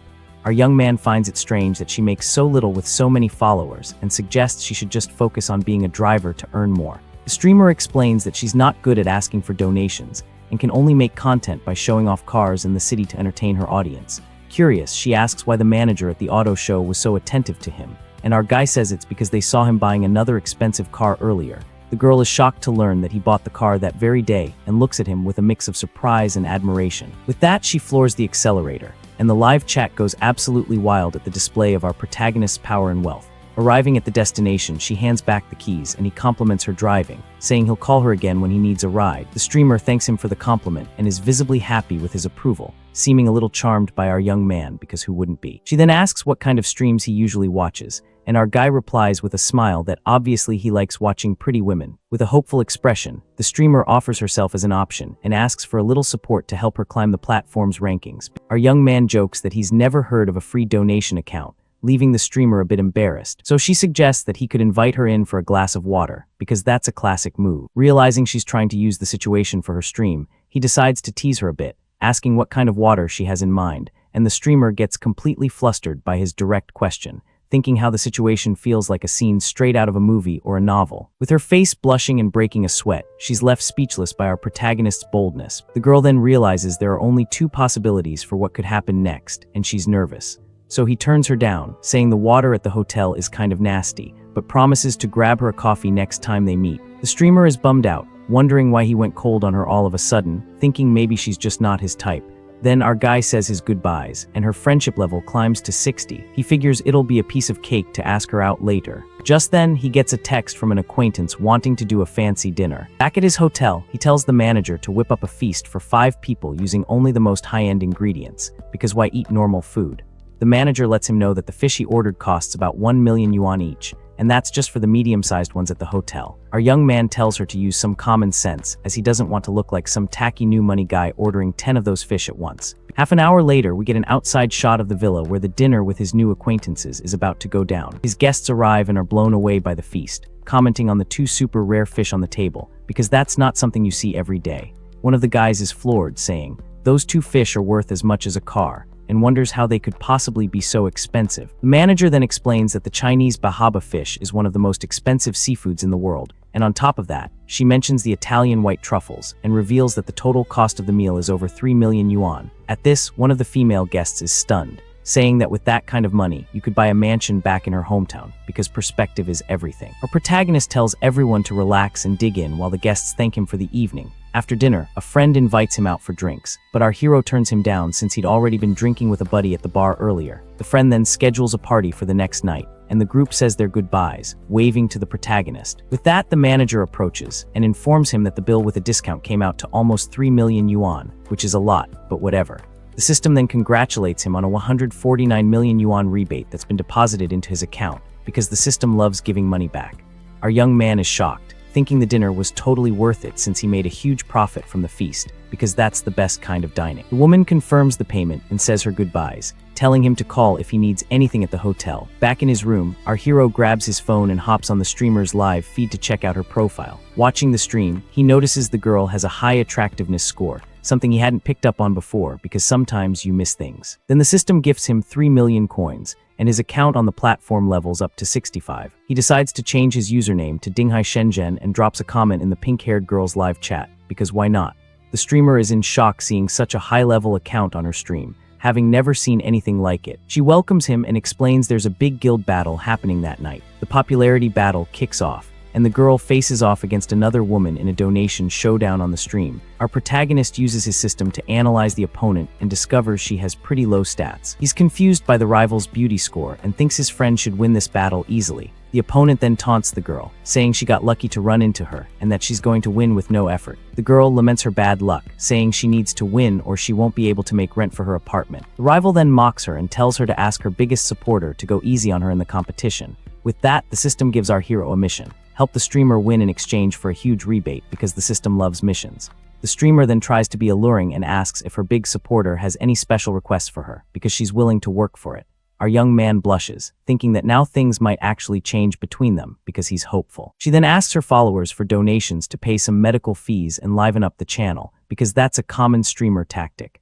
The girl rolls her eyes at her fans' comments who don't feel like spending money on her stream because fans can be cheap. She quickly changes her tone and praises her viewers, saying that everyone there is super talented because flattery works sometimes. The protagonist then decides to start the fund and resolves to donate 5 weak chickens to her because he's starting small.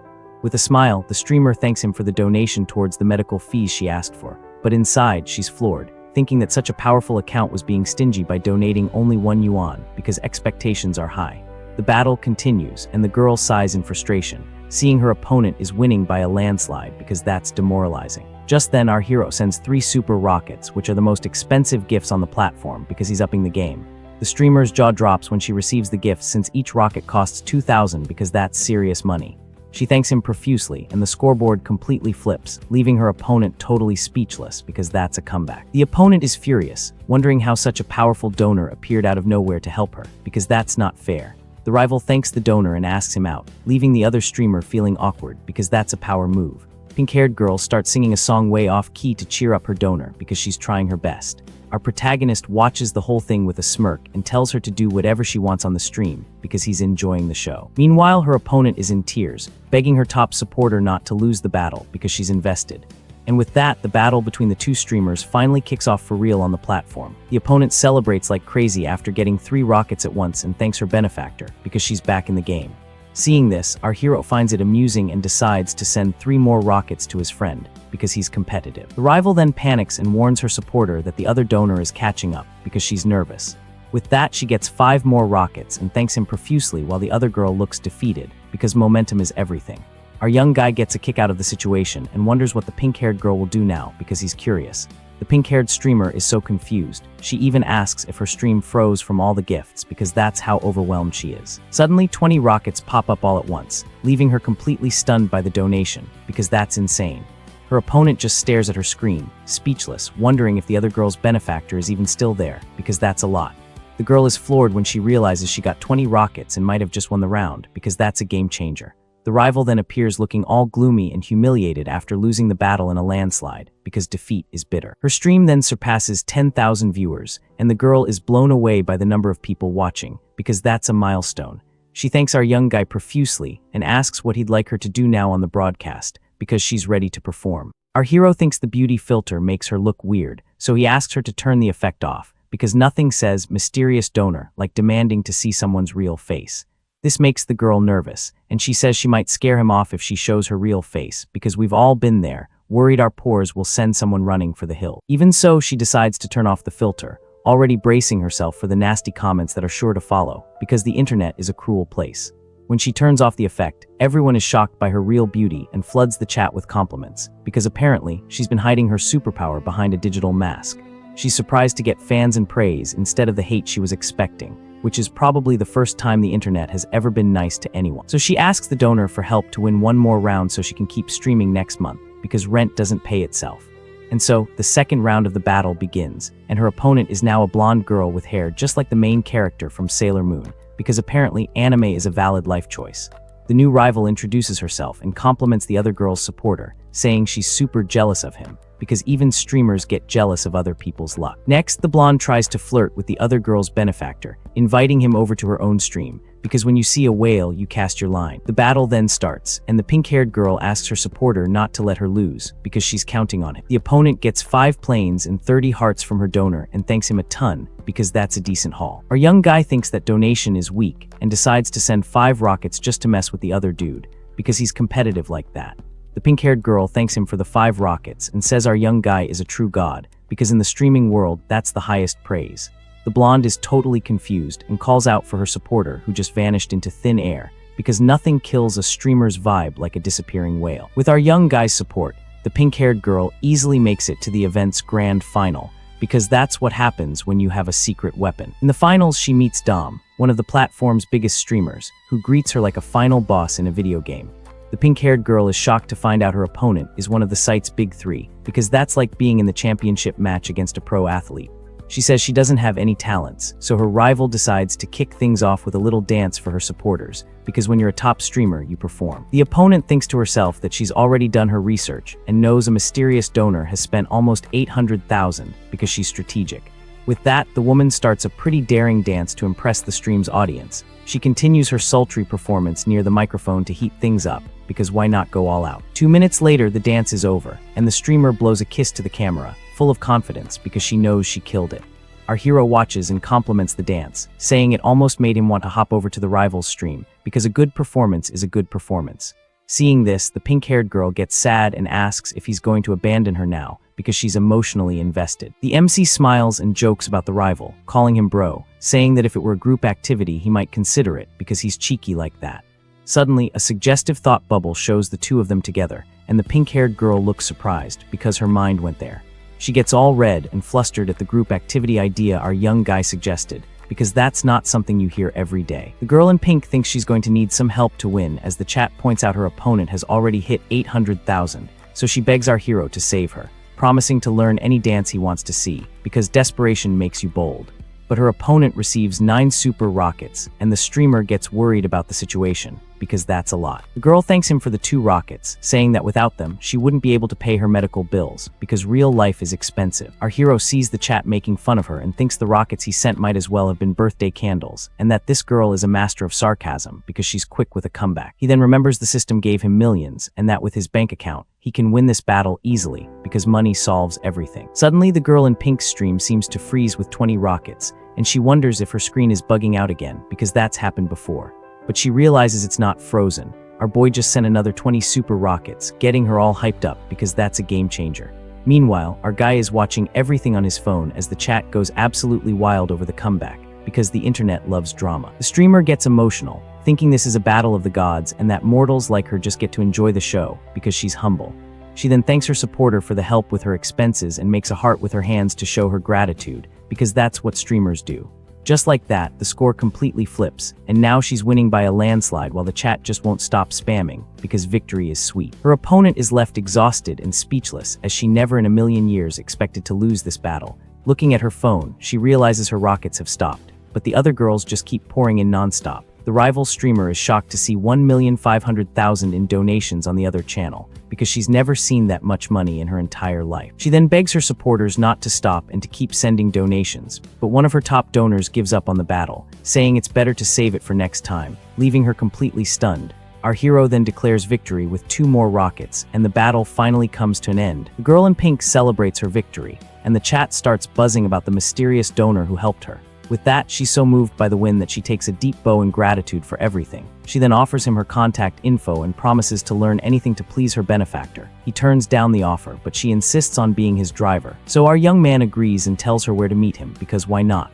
So when the chat recognizes our hero as the guy from the car show, his secret is out. The streamer is shocked to discover the identity of her mysterious donor, and the chat confirms he owns a Ferrari. She wonders why he would help her, and her friendship level with him jumps to 85 as she picks up her phone. Our hero thinks that with the friendship level this high, he really has no choice but to accept her offer. The system then congratulates him on the victory and gives him a rebate of over 2 million yuan. With a satisfied smirk, our young man accepts the system's reward without a second thought. He reflects that after showing off and spending all that cash, he still turned a profit of millions, thinking to himself that winning is just too easy. The next day, he wakes up to a message from the streamer offering to be his driver. Our hero looks at the message and thinks that she sure is an early bird. Meanwhile, she confesses she was too anxious to sleep and wonders when he's going to reply. Brushing his teeth, he figures that since he's going to a club, he's actually going to need a driver, because drinking and driving don't mix. The streamer then celebrates excitedly because her master finally answered her message. She decides to get some sleep so she can be at her best for their meeting that night. But the young woman is so anxious she can't fall asleep and has to force herself to rest for later. At 8:00 p.m., he meets her and asks why she arrives so early,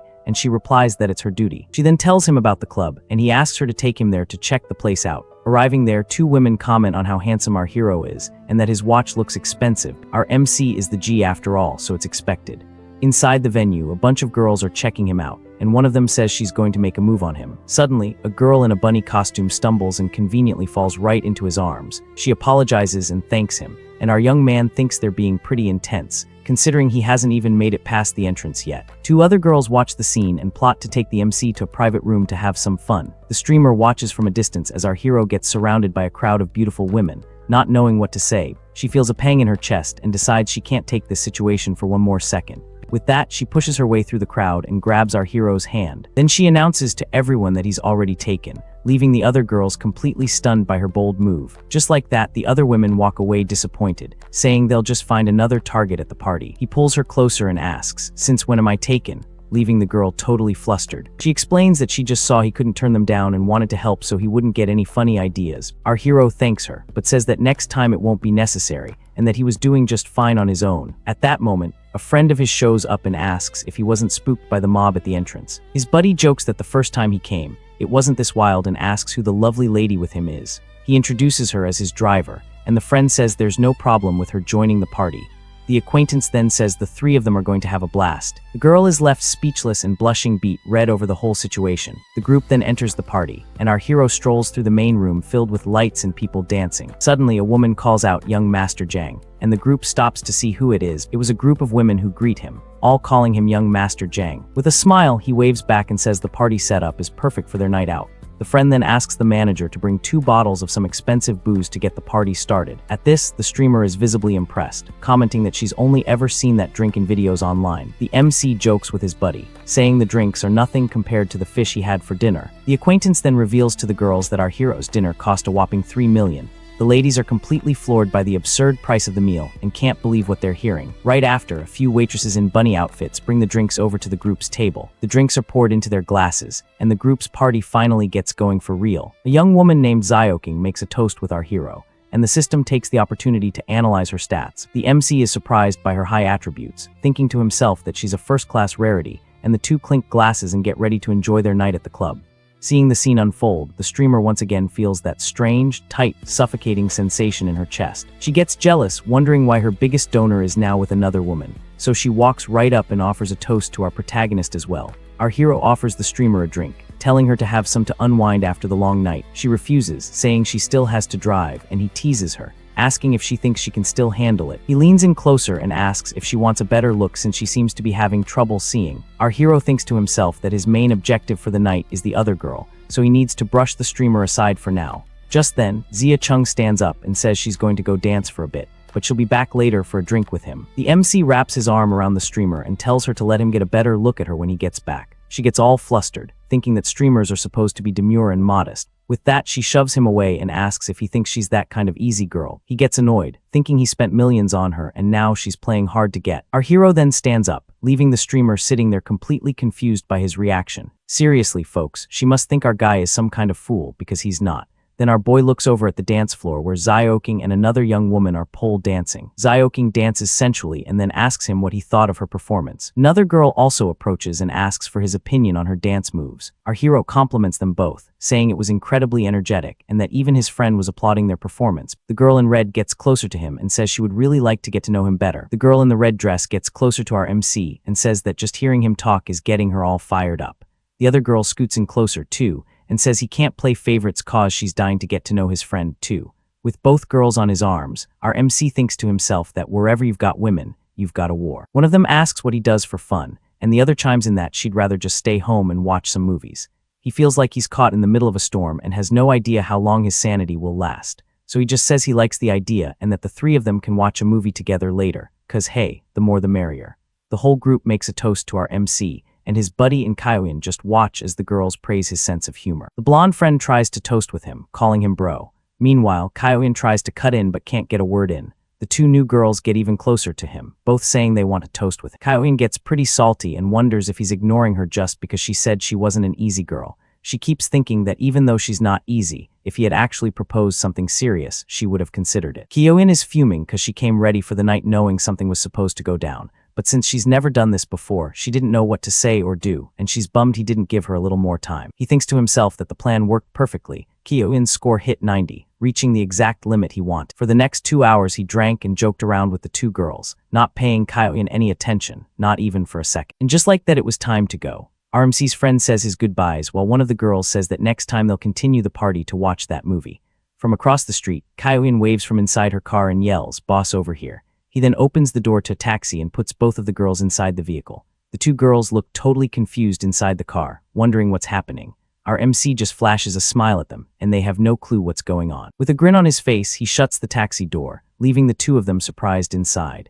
He hands a thick wad of cash to the driver and tells him to get the two girls home safely and keep the change, making sure they get there okay. The taxi then drives off, leaving him all alone in the middle of the street as he watches the car pull away. From inside the cab, the two girls scream his name, wondering what the heck is happening. He then walks over to Kyoin's car and asks what she's doing just sitting there, and if she's his designated driver. Half an hour later now in the hotel room, he questions the girl, wanting to know why she came into his room. Kyoin says it's already super late and it's dangerous to get a cab, then asks if she could maybe sleep there for the night. While wiring her money for a cab, he teases her, asking if she didn't just say she wasn't that type of easy girl. The streamer gets all flustered and says that was just something to say. He then tells her to call a cab and go home. Kyoin refuses to leave and gets closer to him in the room, saying she's not going anywhere. He then says it's fine if she doesn't go and tells her there are plenty of rooms there and she can pick whichever one she wants. The pink-haired girl asks if she can't just sleep with him since the bed is so big. He replies that he's not used to sleeping with strangers. The streamer then sits on the bed, thinking everything is going according to plan. She figures all it needs is one final little push, and that if she doesn't make a move, he won't. We see their feet getting closer, and it looks like it's going to be a long night. All of a sudden, Kyoin sits down on the floor and starts crying. He asks why she's crying, and the girl asks if he hates her because everything was fine at first, but now that she wants to sleep with him, he's rejecting her. Our MC thinks that having a privacy stat of 0 has its downsides too, since the system only gives him numbers. He then tells her to forget it and come closer, but asks her to stop crying for now. Next thing you know, the two get real close and share a very special moment. 30 seconds later, things are only getting more intense. Holding his hand, Kyoin confesses her feelings and says she truly likes him. The story explains that she fell for him the moment she found out he was Dinghai Shenzhen, her mysterious benefactor from the stream. She wonders what girl doesn't dream of a Prince Charming showing up to rescue her at her lowest point. With tears in her eyes, the streamer confesses her feelings once more. RMC then pulls her into a tight hug. He then picks her up in his arms and says he gets it, and that he won't kick her out, telling the girl to stay there for the night. The streamer lies down on the bed, looking ready for whatever comes next. Then RMC gets closer to her and the two start sharing all their love. And just like that, the two lovebirds spend an intense night together, complete with little angels and everything to celebrate the moment. The next day at an office, we see Soon walk into a room calling for manager Yu. Yu, sitting at her desk, recognizes her and asks what she's doing there. Right then, Soon asks if the manager knows our hero, and Yu confirms she met him on a trip. Yu then explains that she's getting ready to sign a contract with him, and that Soo-yoon shouldn't be in a rush. Soo-yoon is floored by this revelation, and asks if the manager is really going to quit her job. Yu confirms she's heading over to our hero's company, and that Soo-yoon will be the agency's very first artist. Hearing this, Soon questions if she really trusts him since our hero's company is brand new to the scene. Yu says she trusts our main character 100%. Soon is still confused, wondering to herself why the manager trusts the MC so much. Suddenly, an employee bursts in and announces that the front desk called about a surprise waiting downstairs. Yu immediately tells him to turn down whatever it is, saying she doesn't want to accept flowers or gifts from anyone. But the guy explains that the gift is a car and it's already been fully paid for, so they can't really refuse it. Both women are stunned by the news, and Soo-in suggests they go down and check it out. Arriving downstairs, they're greeted by a celebration with confetti flying everywhere. A saleswoman then asks you to step forward to unveil the special gift that's waiting for her. The saleswoman then reveals the present, a luxury pink sports car. Soon is blown away by the car and says Yu is incredibly lucky to get such an amazing gift. At that moment, the employees start gossiping about the manager's new boyfriend and the 10 million yuan car. The saleswoman hands the keys to the new car over to the manager, who smiles completely satisfied. She asks who sent the gift, and the woman reveals it was our hero trying to win her over. Yu gets emotional, thinking that no man has ever treated her this well, and her affection level jumps to 99.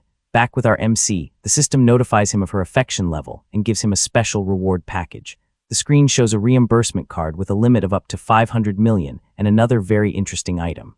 Our hero then imagines that with this new item, he could have a good time with several girls at once. He thinks the item is great, but he has to use it carefully since the outcome depends on their satisfaction.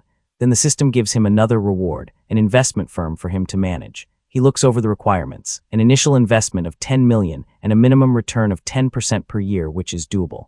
With a smile, he decides to invest 500 million to get the new company started. The system confirms everything, and just then the streamer Kyoyin appears, asking if she woke him up. Our MC gives her a hug and thinks about testing the new card he got from the system on her right then and there. He then decides against using the card for now, saying it's better if they just chill for a bit first. An hour later, they're having breakfast, and the girl asks him to stop making donations on her stream. She explains that the platform takes a 70% cut, and that he's spent way too much on her. Our hero then asks if she'd prefer he just send the money directly to her. The girl is so surprised by his response that she does a full-on spit take all over the table. Embarrassed, she says he spent 2.5 million and that she feels bad about him spending so much. The hotel manager overhears the conversation and is impressed by the amount he spent on the stream. He tells her not to worry about it, and she asks if she can keep doing her streams. He replies that he trusts her and she can do whatever she wants as long as it's all good. Delighted, Kyoyin decides to change her content to cooking and hunting for interesting stuff online. He encourages her to do what she loves and tells her to let him know if any other streamers give her trouble again.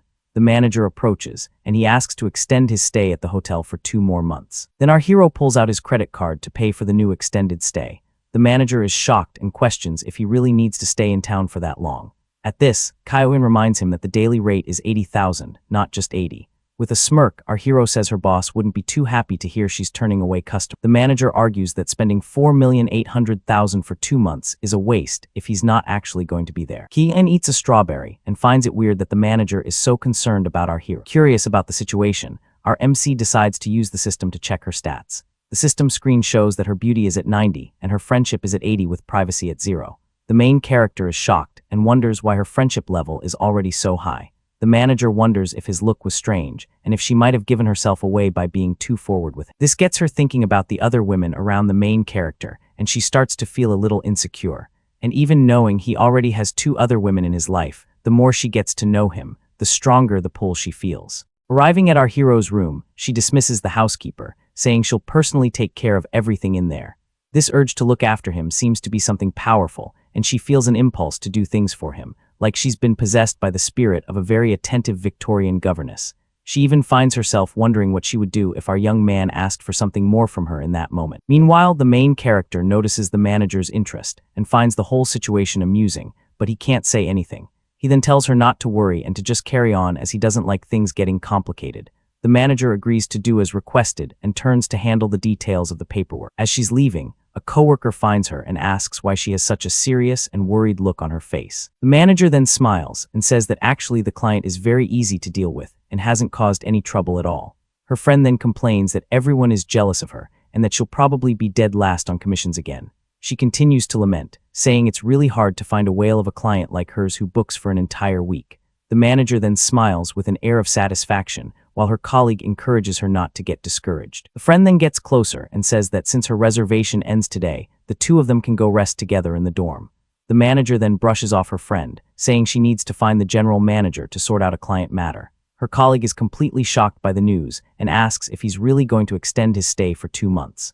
At this, she calculates that the commission will be 240,000 and questions why on earth she would give him a discount. Manager Wang then explains that he mentioned he would be leaving in a few days, and she would have felt awful if she didn't help him out. With a grin, the friend asks if the week has worn her out and if the hotel client is handsome and charming. Wang gets all flushed, and her colleague notices, saying he sounds like a total catch for being rich and good-looking. Then the friend leans in and whispers a proposal where she would take care of the client, and give the manager the entire commission. The manager tells her to get her head out of the clouds as he spends millions and can have anyone he wants, but the other woman insists. She sighs and wonders what our young Jang really thinks about her. Deep down, she then says goodbye to her colleague, telling her they need to talk later because she's off to find the general manager now. The general manager is super excited by the news and says that a client of this caliber must be personally attended to by him. 10 minutes later, our hero finds the bill a bit odd since a daily rate of 80,000 for 2 months should add up to a higher total. Then the system congratulates him for using the rebate card and informs him that he has received 380 million. Just then someone knocks on the door, and through the peephole he sees the general manager with 2 other people looking for him. The MC opens the door and the man introduces himself while handing over a business card, thanking him for his trust. The general manager informs him that because of Wang's discount, our hero will now have super VIP benefits and a permanent 20% discount. Our young man realizes it was a discount and thinks to himself that the manager's kindness almost cost him 100 million in rebate money. But he reflects that she was willing to cut into her own commission and thinks that the manager has the qualities of a good woman. The main character then shakes the general manager's hand, suggesting they be friends, and the man agrees on the spot. With that, the president asks Manager Wang to take very good care of his new friend and to treat his requests with the utmost priority. The general manager then takes his leave, saying he won't bother him any longer and hopes he enjoys his stay. Our hero watches Manager Wang, who seems a little nervous as she says her goodbyes. Back in the room, the streamer jumps into our hero's lap, saying she never wants to leave this place. Our young man then says he has things to do, but if she wants she can stay there by herself without him. She then complains that her friends invited her out and she canceled all her plans just to be with him. He then comforts her, saying he'll come find her as soon as he's free, and she seems to agree. 1 hour later, our hero is leaving and runs into Yu, who is waiting outside, waving at him. She then moves closer to thank him and gives him a very affectionate kiss on the cheek. Suddenly, a man appears pointing and shouting at her, calling her a pretty offensive name. The man then threatens her, saying she'd better marry him or he'll throw himself into the river right in front of her. The main character asks Yu if she hadn't already sorted this situation out with her crazy ex-fiancé. She explains that the guy won't stop stalking her and even shows up at her office, but she didn't want to bother the MC with it. The ex-fiancé then gets angry and accuses the two of being a cheating couple, meeting up behind his back. Yu asks our hero not to pay attention to his nonsense and for them to just leave. The ex-fiancé then completely loses it, threatening to tell everyone everything and jump into the river, blaming them for what happens to him. With that, he lunges forward and grabs Yu by the arm, leaving her completely terrified by his actions. Seeing this, the main character steps in front of them and tells the aggressor to back off immediately, protecting Yu. Seeing his rival's audacity, our hero grabs him by the collar and asks if he's finally looking to get his butt kicked right then and there. He then calls over the security guards and with a smirk offers 5 million to each of them if they help him with his little payback scheme. Our protagonist explains that they should pretend the rival tried to jump into the river and then rescue him very, very slowly on purpose. The classmate starts to panic and asks if Jiang Chen is trying to hire hitmen in broad daylight. Totally lost, the security guards get confused and ask if our guy is joking around with such a crazy offer. Jiang Chen says he can pay up front and promises to get them the best lawyers if any of them end up in the slammer. The guards are tempted by the cash and figure that earning 10 million for a little jail time is a heck of a deal. The rival gets desperate and tries to warn them, saying that taking someone out is a super serious and unforgivable crime.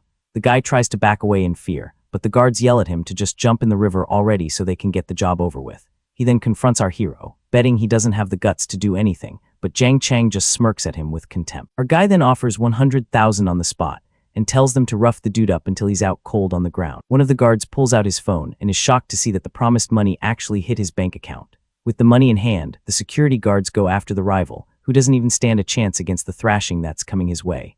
So the guards surround the guy and start laying into him while our protagonist watches the whole show from a front row seat. Just then the stunning Yuxi shows up and asks Jiang Chen to just let it go, saying it's not worth starting a fight.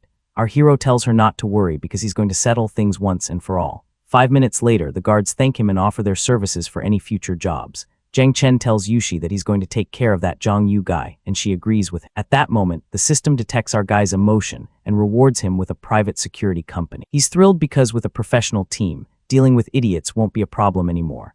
So our guy, all excited, asks the young woman to go check out some locations for their new company.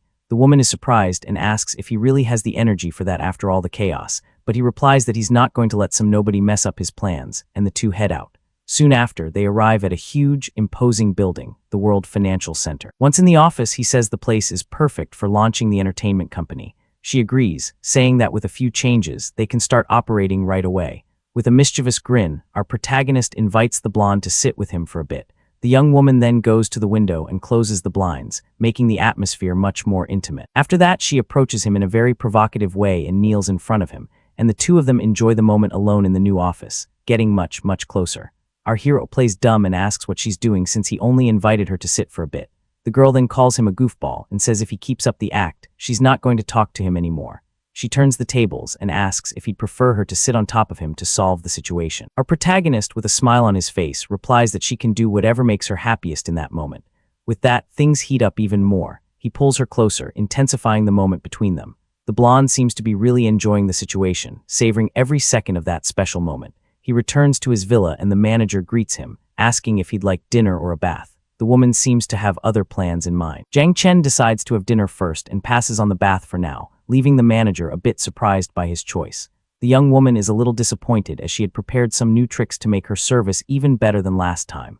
With no other choice, the manager serves dinner to our protagonist, who enjoys his meal peacefully.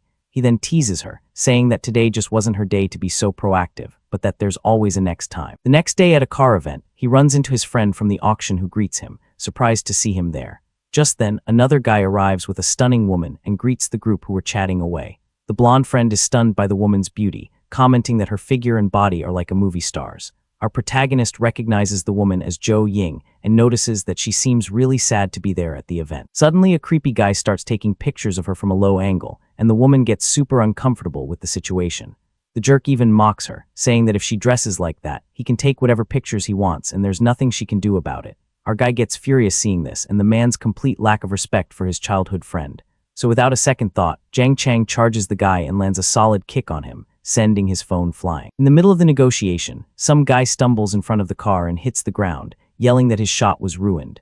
With a smirk, Jiang Chang says the guy just slipped and offers to pay for his broken phone. But the aggressor ignores the offer and gets up furious, preparing to attack our hero right then and there. The man then lunges forward and tries to land a punch right in our protagonist's face without a second thought. Our boy smiles because according to the law, he now has the right to defend himself from the assault. He dodges the attack and lands a clean shot right on the other guy's chin, who never even saw it coming. The rival drops to the ground, completely knocked out, and our protagonist stands there victoriously over him. Jiang Chang then turns to the manager and asks him to call the police and save the security camera footage. The manager obeys and runs desperately to the phone, asking them to call security and the police. Our guy's new friends praise him for the punch, and he says the incident has scarred his view of the city. One of the buddies then comments that they're decent people and don't share the guy's weird kinks. Just then, the model approaches and asks if Jiang Chang is okay, and he says the important thing is that she's safe. His friends then comment that it's no wonder he got so mad since the whole thing was over her. Our hero then explains that the young woman is his old schoolmate and her name is Zhou Ying. He then introduces his friends, Wang Jiang and Chen Hao, to the girl who greets them. The girl then asks if he's there to look at cars again that day. Our guy says he's going to buy a gift for his dad and asks her out for later.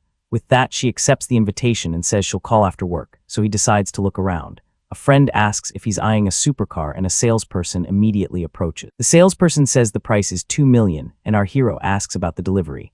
The employee confirms nationwide delivery and says they also help with the vehicle registration. With a smile, our protagonist simply hands over his card to finalize the purchase. Jiang Cheng asks them to prepare a special delivery ceremony to surprise his father. His friends are shocked that he would call a supercar something low-key right in front of them. One of them comments that our hero is extravagant for buying so many expensive cars. The friend says he had to beg for a car while our hero is gifting one to his father.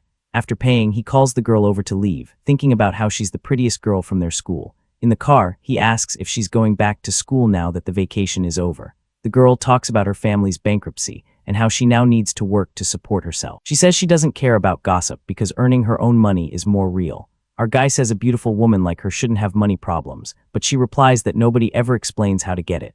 She feels indebted to him for helping her twice and he laughs, thinking she seemed distant but is actually very down to earth. Our protagonist says it's all just food, so it makes no difference, and they speed off in the car through the city. They arrive at a restaurant that looks like a farmhouse for the get-together with their friends. When they arrive, their friends welcome them and invite them to sit at the table they've prepared. One of the buddies sees another guy arriving and gets annoyed, wondering who invited him to the party. He whispers that the guy's name is Wang Xing and he has some beef with their friend, so he suggests Jiang Cheng treat him well. Wang Yang greets the newcomer, who hates being called by a specific nickname and is accompanied by two girls. One of the guys tries to cool things down, saying they're there to make friends, but the other guy seems pretty ticked off. Everyone sits down at the table, which is loaded with food, and one of them compliments the main dish, suggesting they start drinking. Half an hour later, the rival boasts about getting a stock tip that's going to guarantee him a huge profit. A guy asks for help, and Wang Xing gives him a lecture about choosing friends wisely instead of picking freeloaders. Chen Hao gets furious, realizing the rival's speech was a not-so-subtle jab at him and our hero. So he confronts the guy and calls in a 2 million debt from 2 years ago since he's so loaded with cash now. The friend loses his patience and stands up ready for a fight, questioning if the rival thinks he's special for being called by the nickname. Jiang Chang tries to calm his friend down, asking him not to ruin the party with unpleasantness. The rival gets annoyed by the interruption and slams his drink on the table, yelling about who gave him the right to speak. As he does, the drink goes flying and ends up staining the girl's entire blouse, scaring her. Our protagonist then comforts her and shoots a furious glare at the aggressor. Sitting at the table, the rival stands up furious and yells, asking what Wang Chang's problem is. One of the buddies questions if the guy only came to the event to start trouble. Another acquaintance thinks to himself that everyone's tune has changed, and now they're all defending Jiang Chang. He warns the guy not to make a scene since they're there for a mutual friends get-together. Landy gets ticked off and slams the table, fed up with hearing everyone gassing up the new guy. At that moment, our protagonist demands that he apologize for getting the model's outfit dirty. The young woman tries to defuse the situation, saying it's okay and that he doesn't need to worry about it. Blondie refuses to apologize and even calls him trash, trying to pick a fight. Without a second thought, Jiang Chen lands a solid slap right across the meddling Blondie's face. He quickly turns the guy into his personal punching bag and lands another slap on the other side for good measure. Our protagonist wonders if the guy really thinks he's some kind of pushover to be insulted like that. The aggressor is shocked by the pain and angrily asks how he dared to hit him. Jiang Chang sarcastically suggests he should probably see a neurologist after those slaps. Losing his mind, the blonde idiot grabs a chair to attack Jiang Chan as a friend yells for our boy to watch out. But our MC kicks the chair right back, sending it flying into the punk's face. One of the buddies tells the fallen aggressor that he brought this on himself and tells him to get lost. But the little punk gets up with some help and threatens Jiang Chang, saying this isn't over. Jiang Chang asks about the idiot's background and finds out his family is in the food business. With a smirk, he thinks he's about to see just how capable the rival's family really is. The model then asks if she caused any trouble, but he says it was nothing and invites her to leave with him. Jiang Chen says goodbye to his friends, mentioning they've had enough to drink and it's time to head out. The guys apologize for what happened, but he tells them not to worry about the formalities. Arriving at the car, he hands the key to the young woman and asks if she knows how to drive. She jokes she was a famous heiress and promises to get him to his destination safely. She mentions it's been a while since she's driven a supercar and that she'd love to open it up. With that, the car shoots off at high speed, and he's surprised to find out she's into racing. The young woman explains that her family was very strict and she never got the chance to race before. Jiang Chen promises to take her to a real race the next chance he gets. Once out of the car, she thanks him and says she'll always remember all his help. But it's getting late and he should get some rest, so she shyly says goodbye and hands back the key. He watches her leave and wonders why she ran off so suddenly, guessing it might have been out of shyness. But he decides not to dwell on it, as he needs to focus on the business he has to take care of. He remembers the security team the system gave him and decides to test their performance. Just then, he stumbles upon a bizarre news story online about pickled cabbage that smells like stinky feet. Lying in bed, our protagonist discovers that the food safety problems of Wang Xing's family have gone viral. A moment later, one of his friends calls to tell him that the rival's family's nasty products have been exposed. Jiang Chen confirms he's aware, adding that even their rotten raw materials were revealed. With suppliers pulling the products, the company's reputation was completely trashed. The friend remembers what our hero said the day before, recalling the words, "I'm going to see what that blonde idiot's family is really made of." Our boy comments shocked that the Wang family is going to take a massive loss because of this. The other guy agrees, saying he knew from the start that Jiang Cheng wasn't just some ordinary guy. Meanwhile, at the Wang family home, the rival's father is frantically on the phone trying to handle the crisis. The man hangs up furiously, wondering who could be trying to sabotage his business. His son approaches and asks his dad what happened to make him so worried. Just then the father notices his son's swollen face and angrily asks what kind of trouble he's gotten into now. The kid explains he got beat up by some arrogant country bumpkin and is already planning his revenge. The father then slaps his son and scolds him for doing nothing but stir up trouble all day like some gangster. Suddenly the father connects the dots, suspecting the fight has something to do with their company's problem. He then says in despair that the company lost 40% of its market share overnight. Meanwhile, the rival's dad is absolutely losing it at his son, screaming at the guy to fix this mess or he's divorcing his mom. The blonde dude refuses to listen, thinking it's way too humiliating to apologize, and actually tells his dad if you want a divorce, go for it, cause I ain't going there. His mom is totally shook by the answer and asks him what on earth he's talking about. Then she turns to her husband and suggests they just throw money at the problem like they usually do. That just makes the man even madder and he calls her foolish, revealing their entire fortune went down the drain overnight because of our hero. The dad storms out, yelling that if they don't fix this, he's hitting the road for good. Now the kid is panicking and asks his mom what they're supposed to do. His mom grabs him and insists he go beg our MC for forgiveness, telling him that without dad's wallet, they're both completely toast. Meanwhile, Jiang Chen is having breakfast while listening to a report. Wang Jian lets him know the Wang family has already lost 100 million in assets. Right after, the butler steps up and asks if he enjoyed his coffee. Our main guy smiles and compliments the meal, but then asks if she was the one who changed his clothes. Later on, Wang Yun watches the MC arrive with the actress soon, and she thinks she needs to step up her game to get his attention. Blushing a little, the butler looks determined to win over her boss. Inside the house, she offers Jiang Chen a drink to help him recover, but it looks like he dozed off on the couch, and she wonders if he's already fast asleep. Wang Jian decides the couch isn't the best spot for him and helps him get to bed. Smelling the party on him, she thinks it's better to change our hero's clothes. She takes this opportunity to put a little plan into action with him, thinking about using some of that knowledge she picked up from movies. So things get pretty intense between the two of them that night. The next morning she confirms she only changed his clothes and that nothing else happened. But Jiang Chen teases her, saying he dreamed about the two of them together in the room. The butler then offers to try out a new massage technique she learned just right after that. She suggests they should head to the bed to get started. Our main guy accepts with a smile and lets her take the light. In the room, she starts the massage, wondering if her technique is any good. Turns out her outfit is pretty daring, leaving our boy totally surprised. He's shocked by her confidence and tries to keep his cool. Even with the temptation, the MC uses all his willpower to keep it together. Finally, the butler asks in a teasing way how he's feeling. Jin Chening compliments her massage with a smile and says it was perfect. With that, the butler says she's going to switch positions to continue the service. She then adjusts herself on the bed in a way that's definitely sending our hero some signals. The girl looks a little shy about it, but she sticks to her bold game plan anyway. So he comments that the scene looks a whole lot like that dream he had earlier. From there, Wang Yo asks if he's down to go all the way with her. RMC answers with a yes, saying he's ready to do whatever she wants right now. That leads to them kissing intensely, and she playfully calls him a little naughty. The temperature rises in the room, and the butler seems to be really enjoying the situation, probably thinking her movie-inspired plan is working better than she ever imagined. Elsewhere, the auction rival rolls up to a hotel with a lady friend, thinking there's no way he'd ever apologize to a redneck like our main guy. However, when it's time to pay, the guy's credit card gets declined by the machine. The receptionist gives him an apologetic look and says the payment didn't go through. Annoyed, the dude thinks the machine is busted and hands over another card. But the lady lets him know that one has insufficient funds too, sending him into a total panic. The blonde guy starts spiraling, remembering he blew everything on a new car, realizing his dad froze the cards, and now he doesn't have a dime to his name. So he turns to his date and asks her to pay for the room, promising he'll wire transfer the money back to her later. But the girl slaps his hand away, furious at the whole mess, accusing him of being a broke loser trying to play rich just to trick her. Faced with that, the rival stands there completely shocked and speechless in the middle of the lobby, probably wishing the floor would swallow him whole. The guy then asks the receptionist if she wants to come up with him since the other girl left, which is either incredibly bold or incredibly stupid, probably both. Next, the rival calls his dad, yelling and asking why his card was suspended.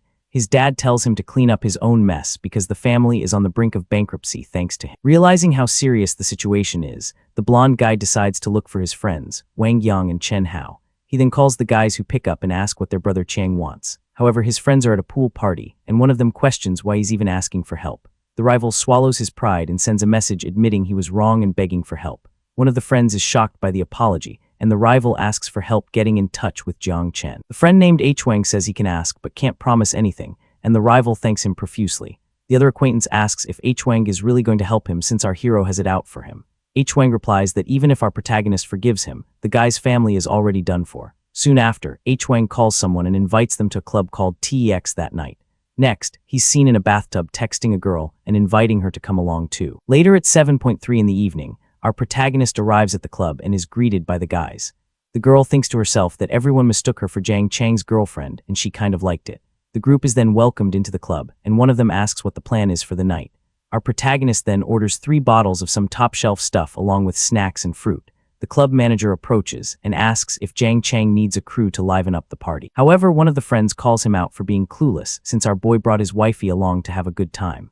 The manager realizes his mistake and apologizes, all flustered, saying he'll take care of everything immediately. Our hero's companion just watches the whole scene with a satisfied smile on her face. Right after that, the drinks arrive, brought over by 3 girls in bunny outfits. The young woman then whispers in his ear that she's curious to try the wine but can't since she's driving. He says it's no problem and that he'll grab a few bottles for her to enjoy at home later. With that, her friendship level with him increases, and she thinks he's different from other guys. Suddenly, the blonde rival shows up at the club and is stunned to see our protagonist sitting there. The girl gets confused by his arrival, but our hero tells her not to worry about it. The rival then bows, apologizing and begging for our guy to forgive him and leave his family alone. Our protagonist, however, says that he isn't the main person he owes an apology to. The rival is confused, so our hero tells him to think carefully about who he really needs to apologize to. Then, Jang Chang stands up and says he dirtied his friend's clothes and wants an apology for her. The blonde guy then remembers what happened and asks for forgiveness from the young woman with him. She, however, says it's all right and that he doesn't need to worry about what happened. With that, her friendship level increases again, and she thinks our hero genuinely cares about her feelings. The rival keeps begging for them both to forgive him and not hold a grudge anymore. Our protagonist then calls him a country bumpkin and reminds him how arrogant he was the night before. He then proposes that the guy smash 3 bottles over his own head to make things right. The guy is shocked and humiliated, as he never imagined the country bumpkin would come up with something like that. Our hero just stares him down with a serious look and asks what he's going to do about it. Without hesitating, the rival grabs a bottle and smashes it with all his might against his own head. From the impact, he collapses to the floor, all banged up amidst the shattered glass and spilled drinks. Our protagonist then claps sarcastically, thanking him for the unforgettable show. Friends watching are impressed by how ruthless the rival was to himself. Lying on the floor, a total mess, the rival thinks he's finally overcome that hurdle. The manager asks if he should call for medical help, but our hero just tells him to make sure the guy makes it out okay. The girl worries about the cops, but he says he never laid a hand on the rival and offers her some milk. With the problem solved, our protagonist grabs his drink and proposes a toast to everyone there. Meanwhile at the party, a girl in a bunny costume is thinking that if she'd known what she was getting into, she never would have messed with RMC. A guy with pink hair notices that even the city's top tough guys are afraid of Jang Chang's power. A moment later, our hero says goodbye to the model while she asks him to meet up alone next time. She goes on to say she knows he did all that just to make the other guy apologize to her. With a smile, Jang Chen promises that no more creeps will bother her again. The girl then says her goodbyes, telling him he's had too much to drink and needs to get some rest. RMC sends a message to call off the attacks against the H. Wang family. The reply comes back saying that Young Yu is gathering dirt on him to file a lawsuit. At the same time, his contact reports that the rival is still harassing Miss Yushio Zayo every single day. Furious with the situation, he orders them to set a trap to get that piece of trash out of the country by the next day. Arriving at his room, manager Wang welcomes our MC in a very suggestive way. He pulls her into a tight hug and asks why she's being so formal with it. The girl gets flustered, saying someone might see them, but he reminds her of what she said earlier. He keeps holding her and suggests they get inside quickly so no one spots them from the outside. Once inside the room, Jang Chen suggests that this time they could have some fun on the couch. We see Jang Yu at a bar with a friend ordering a drink called the Blue Demon. That's when he notices that 9 out of 10 guys there are looking for another guy at that bar. Just then, a voice message from his friend reveals that his partner left him for another dude. Faced with this news, the bartender arrives with the drink the guy with the glasses had ordered. At this point, Young Yu approaches him and offers to buy him a drink to soothe the guy's broken heart. With a sad look, the man in glasses wonders how someone like him could ever find true love. Young Yu then assures him that love does exist and introduces himself to the heartbroken guy. In response, the man introduces himself as Lai Min-hing and offers to listen to his new acquaintance's problem. The guy then vents for 1.5 hours, and Jang Yu comforts him throughout the entire conversation. Grateful, Lai Min-heng says he has to go because he has a flight to catch, and the other asks where to. He explains he's going to Thailand on a trip he was supposed to take with his ex as a final farewell. With that, Lee Min-heng says his goodbyes and leaves, leaving Jang Yu alone at the bar thinking. Without wasting a second, he pulls out his phone and buys a ticket for the same flight to Thailand. He then plans for a chance encounter on the plane to get closer to the heartbroken guy. The next day at the airport, our MC Jang Chang is walking through the terminal sporting a different look. A moment later, a man in a suit introduces himself as Wang Shen, and the system shows his absolute loyalty to our hero. Jang Chang asks where Young Yu is, and his new henchman says the guy is already at the hotel waiting for him. Arriving on site, our MC is greeted by his security team who have already set everything up. Inside the room, we see Jang Yu tied up and passed out, while Jang Chen orders his team to wake him up. Without a second thought, one of the guards throws a bucket of cold water in the guy's face to snap him out of it.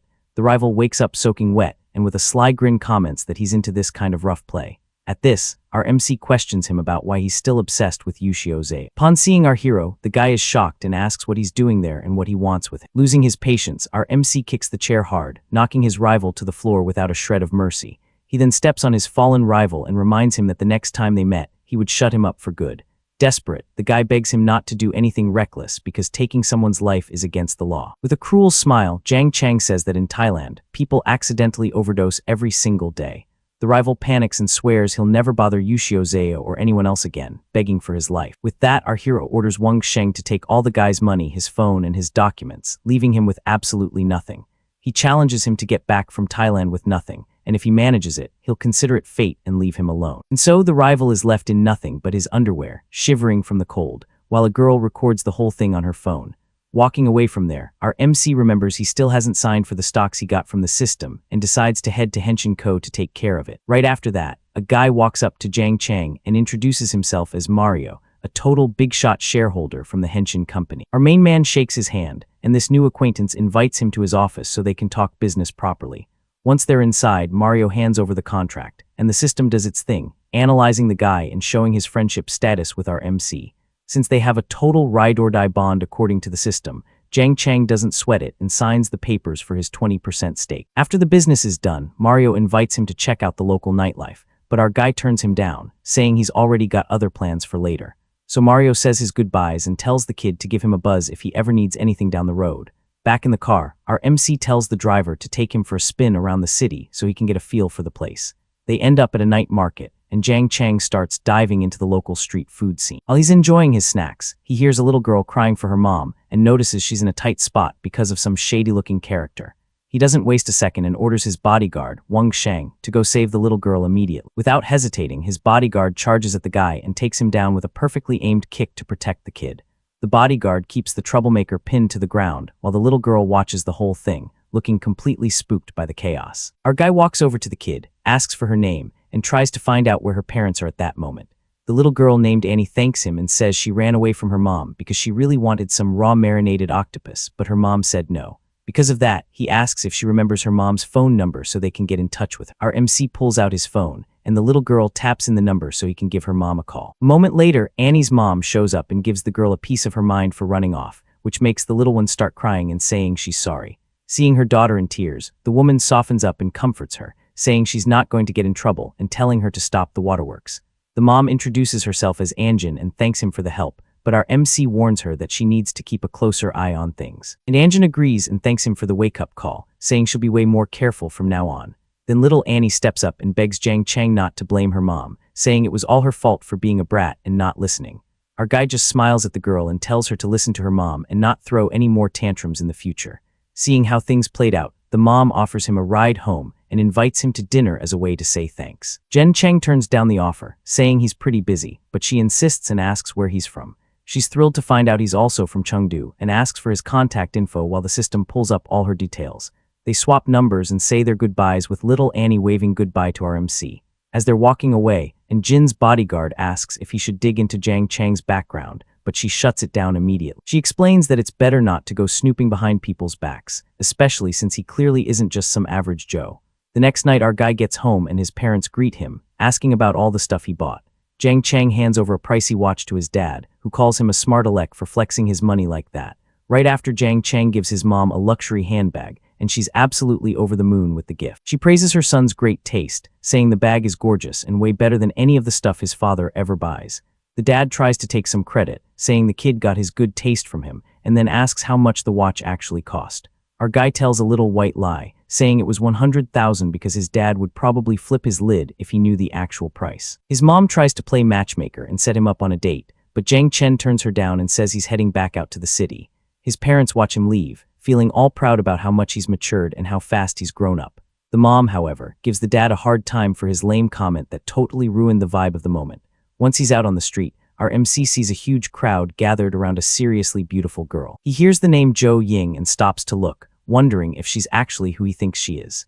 A guy named Wang Yuan is down on one knee, pouring his heart out to Zhou Ying right in front of everyone. The people standing around are buzzing about the expensive necklace and how romantic the proposal is, mostly because of the price tag. Zhou Ying shuts him down and tells him to quit it, but the guy won't take no for an answer and pulls out a diamond ring. The girl gets ticked off by his persistence and threatens to walk away if he doesn't stop making a scene.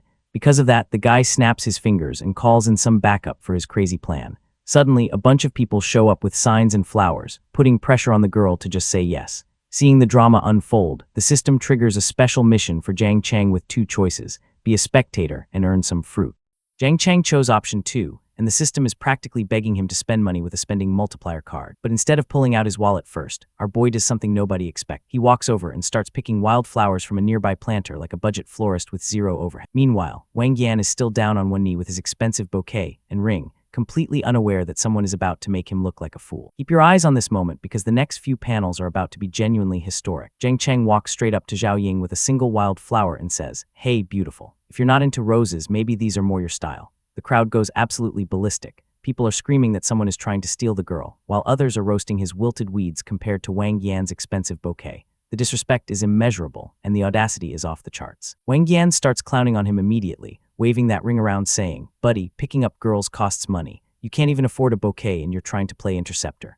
Even the bystanders are piling on, saying one guy has a luxury car and money, while the other is being a cheapskate with roadside garbage. Everybody in this crowd has already written Jiang Chang off, which is exactly where you want them before the reversal hits. Wang Yan doubles down and tells Zhao Ying to just give in already. Stop resisting. He'll take her to buy a diamond ring right now. This man genuinely thinks persistence and pressure are the same thing as attraction. But Zhao Ying takes Jiang Chang's little wildflower, smiles and says she actually likes these. And in that one moment, every single yuan Wang Yan spent becomes absolutely worthless. A free flower just beat a designer necklace. This might be the most satisfying rejection in the entire series. Wang Yan has literal question marks floating over his head. The crowd is losing their minds because this girl just picked wildflowers over luxury. Someone in the back says she must be a masochist for choosing to cry on a bicycle instead of laugh in a supercar. And the chemistry between these two right now is nuclear. Jiang Chang casually mentions he handpicked the colors just for her, and Zhao Ying is melting, saying she truly loves them. This man weaponized a roadside daisy, and it's working better than a diamond ring. Wang Yan tries to give her one more chance, insisting she must have been lying, but Zhao Ying shuts him down cold, saying she doesn't need him to give her anything. The entitlement in thinking you're the one granting chances when you're clearly losing is genuinely delusional. Jiang Chang puts a hand on Wang Yan's shoulder and delivers the most condescending advice possible. "She's told you plenty of times. Take the hint. Be a man about it. There are plenty of fish in the sea." The patronizing energy from a guy who just showed up with free flowers is devastating. Wang Yan completely snaps and starts screaming that Jiang Chang should leave right now because he can't give Zhao Ying happiness. And the argument shifts from romance to finances. The ego has taken full control of the cockpit. Jiang Chang coolly asks, "How do you know I can't?" And Wang Yan fires back, asking if he even knows how much her monthly living expenses used to be. He's trying to flex financially, which is basically bringing a water pistol to a naval battle when you're up against Jiang Chang's wallet. Wang Yan pushes his hair back and brags about covering $50,000 a month in pocket money. He even throws in that her family is struggling now, as if publicly exposing someone's financial hardship is a romantic strategy. And then he keeps going. Can you drive her in a luxury car? Can you buy her necklaces? Can you buy her 99 roses? He's literally running through a shopping list like love is an Amazon checkout. Someone should tell him feelings aren't a subscription service. But instead of responding to Wang Yan, Jiang Chang turns to Zhao Ying and asks if she likes those things. She gives possibly the smoothest answer in this manhwa so far. She says she does, but it depends on who's giving them. And when Jiang Chang asks what if he was the one giving them, she turns around looking absolutely unreal and says, then of course she'd like them. Wang Yan is losing it now. He accuses Jiang Chang of living in an idle drama, then straight up offers him 100,000 to walk away. This man really just tried to buy off the guy. Has more money than some small countries. Jiang Chang just smirks, and Wang Yan gets even angrier, asking if he's been watching too many short dramas and demanding to know if he even understands how much his car costs. Meanwhile, there's a very particular white car sitting behind them that's about to change this entire conversation. And that's when the timing gods deliver a miracle. A store employee comes running out calling him Mr. Jiang, saying he left behind a belt from his shopping trip. He's carrying a Chanel bag and standing right next to his Porsche. The universe chose violence against Wang Yan today. Jiang Chang doesn't even turn around. He just casually says, "Oh, just put it in that car over there," like a man who has never once worried about where his car is parked because he knows exactly what kind of statement it makes. The crowd erupts. That's a Porsche 918. People are screaming that it's 10 times more expensive than Wang Yan's car. Hierarchy of luxury vehicles has spoken, and Wang Yan is no longer in the conversation. Jiang Chang leans in with a grin and asks, "So, buddy, is my car all right?" And Wang Yan can barely stammer out that it's pretty nice. The man who was bragging about his ride 30 seconds ago just got reduced to a stuttering wreck. Wang Yan is internally crumbling, realizing he's turned himself into a public clown. And Jiang Chang just takes Zhao Ying by the hand and says, "Let's go." That might be the coldest walk-off in this entire manhwa. As they walk away together, Zhao Ying starts explaining the situation. Wang Yan is the son of her mom's friend, and she's never had any romantic feelings for him. The fact that she felt the need to clarify this tells you she wants Jiang Chang to know she's available. They settle into a cafe, and Zhao Ying thanks him for today, saying he's still as playful as he was in school. And Jiang Chang is genuinely caught off guard. He's thinking, wait, the school goddess actually noticed me back then. The man who now has women falling into his orbit everywhere can't believe the original crush was aware he existed. Zhao Ying opens up about her past, saying her family was very strict and she never really hung out with classmates. She calls herself a transparent person back then, someone nobody really saw. The backstory is humanizing her in ways the system's stats never could. Jiang Chang immediately shuts that down. He tells her she was far from transparent, that even if she was just breathing, she had the most presence in the entire school. This man's smooth talk stat must be maxed out. She says she never felt that popular since hardly anyone pursued her, and he explains that because everyone felt they weren't good enough, which is probably true, but also a very convenient way to reframe his own past cowardice as collective wisdom. Then she leans in with this look that could melt steel and asks, "Is that so? And what about you?" She's directly asking if he liked her too. The flirting has moved from subtext to barely disguised interrogation, and the tension is suffocating. Jiang Chang dodges by saying he went to school to study, not to date, but Zhao Ying isn't letting him off that easy and immediately asks about Xiao Jia. She did her homework on his past relationships, which means she's been paying way more attention than she lets on. He casually mentions they only really chatted on WeChat and they've already broken up. The speed at which he downplayed that entire relationship was surgical. He's making sure Zhao Ying knows the runway is completely clear. Zhao Ying sighs and says she wishes she could turn back time to reduce school and hang out with everyone. Her friendship value is sitting at 78. She's warming up to him for real, and this isn't the kind of warmth money can buy. This one is earned the old-fashioned way. Jiang Chang is running internal calculations, noting her friendship value is only at 78 and rising painfully slow.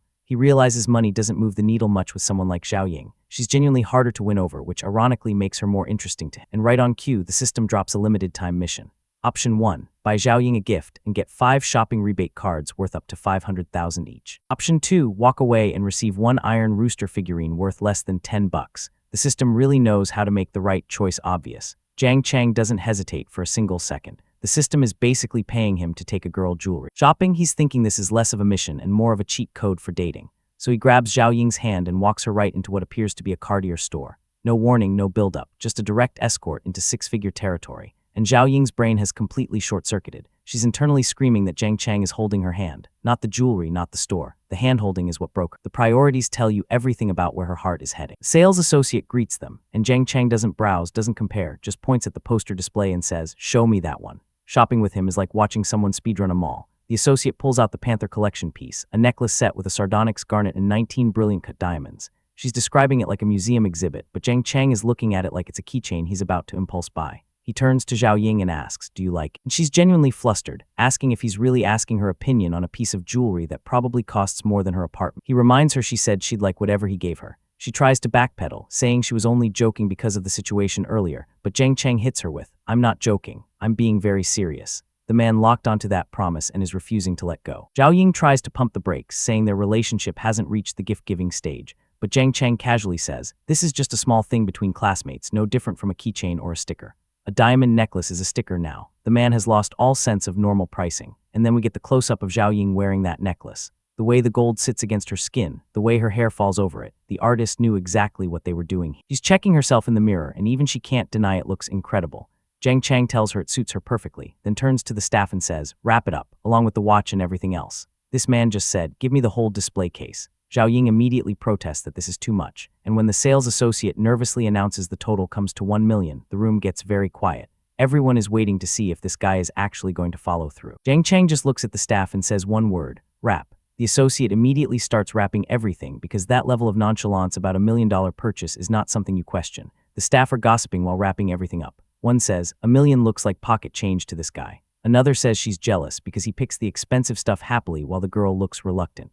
Jiang Chang has turned jewelry shopping into a spectator sport. Later that night, Jiang Chang walks Zhao Ying home. He notices the building has no elevator. Zhao Ying explains this apartment is all that's left from her dad's time. Everything else was mortgaged away. A girl with 93 beauty living in a walk-up apartment with mounting family debt. The contrast between her world and Jiang Chang's is staggering. She tells him her mom is upstairs, so there's no need to walk her up. He smoothly accepts and says, "Next time." The way he already assumes there will be a next time is either supreme confidence or manifest destiny in action. And the second Zhao Ying walks through the door carrying luxury shopping bags, her mom immediately assumes the date with Wang Yan went well. Oh, this is about to become a very uncomfortable conversation very quickly. Zhao Ying immediately corrects her. She doesn't like Wang Yan. It wasn't a date with Wang Yan, and these gifts aren't from Wang Yan. 3 denials in one breath. The girl came in hot with the disclaimers because she knew exactly what her mom was thinking, and now the real pressure comes out. Her mom reveals that her father passed away, leaving massive debt.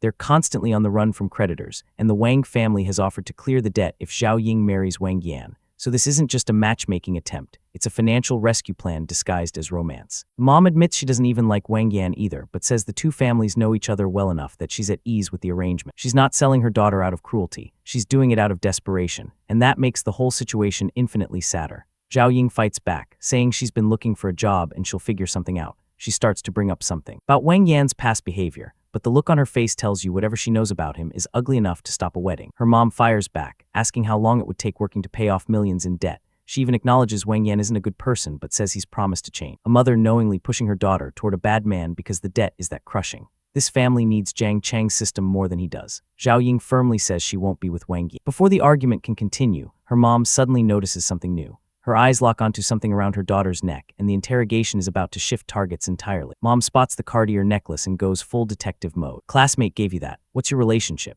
Did you reject Wang Yan because of this other guy? The cross-examination is brutal and honestly pretty fair because no regular classmate drops that kind of money. Zhao Ying insists they're just ordinary classmates who happen to run into each other and had dinner. The blush on her face is telling a completely different story than her words, and her mom is absolutely not buying it. Her mom pushes harder, saying, no regular classmate casually gives gifts this expensive after one meal. Then she trails off with the implication that maybe they've already done something more. The mom went from zero to worst-case scenario in record time. Zhao Ying scrambles, saying her classmate is extremely wealthy and these things are probably worthless to him. But her mom cuts right through the defense and asks point blank, do you like him? And is it because he's rich? And Zhao Ying snaps. She tells her mother that even if she ends up with him, it will never be for money. Rich or poor, if she likes him regardless. That level of conviction about a guy she still calls a classmate tells you she's already way past the friend zone internally. Her mom fires back with the oldest argument in the book. What's the use of love? Can it fill your stomach? She says she's doing this for Zhao Ying's own good because the family can barely survive. The next day, Jiang Chang is at home grabbing milk from the fridge when his phone rings. It's little Annie calling to say hi. This kid apparently saved his number and is using it with zero hesitation. She gets on the line and explains that tomorrow is Annie's birthday and the little girl wants Jiang Chang there to celebrate. She's apologetic about it, but honestly, when a kid that cute asks you for anything, saying no isn't really an option, and the system immediately turns this into a mission. Option 1, agree to play with Annie and unlock the affectionate eyes skill. Option 2, refuse and receive 2 bad luck cards. The system is literally bribing him to be a good person, which is the most entertaining moral alignment mechanic ever. Jiang Chang agrees without hesitation, saying he'll be there as long as Annie is happy on her birthday. Next day arrives, and little Annie comes sprinting toward him screaming, "Brother Jiang Chang." And Angson is right behind her, looking like she walks straight off a runway in that black outfit. He tells Annie happy birthday and offers to buy her a present, but she has to promise to be a good girl today. Angson immediately tries to stop him from spending anything, reminding Annie that she said just being with Brother Jiang Chang was enough. This woman is trying to protect his wallet while her daughter is actively emptying it with weaponized cuteness. But Annie delivers what might be the most dangerous sentence a child has ever uttered. She says she only wants Jiang Chang's gift because she likes him and then asks, don't you like Jiang Chang too, mommy? This kid just activated a thermonuclear matchmaking device in the middle of a shopping district, and she doesn't stop there. Annie cheerfully reveals that her mom talks about Jiang Chang to grandpa all the time and gets really happy whenever he comes up.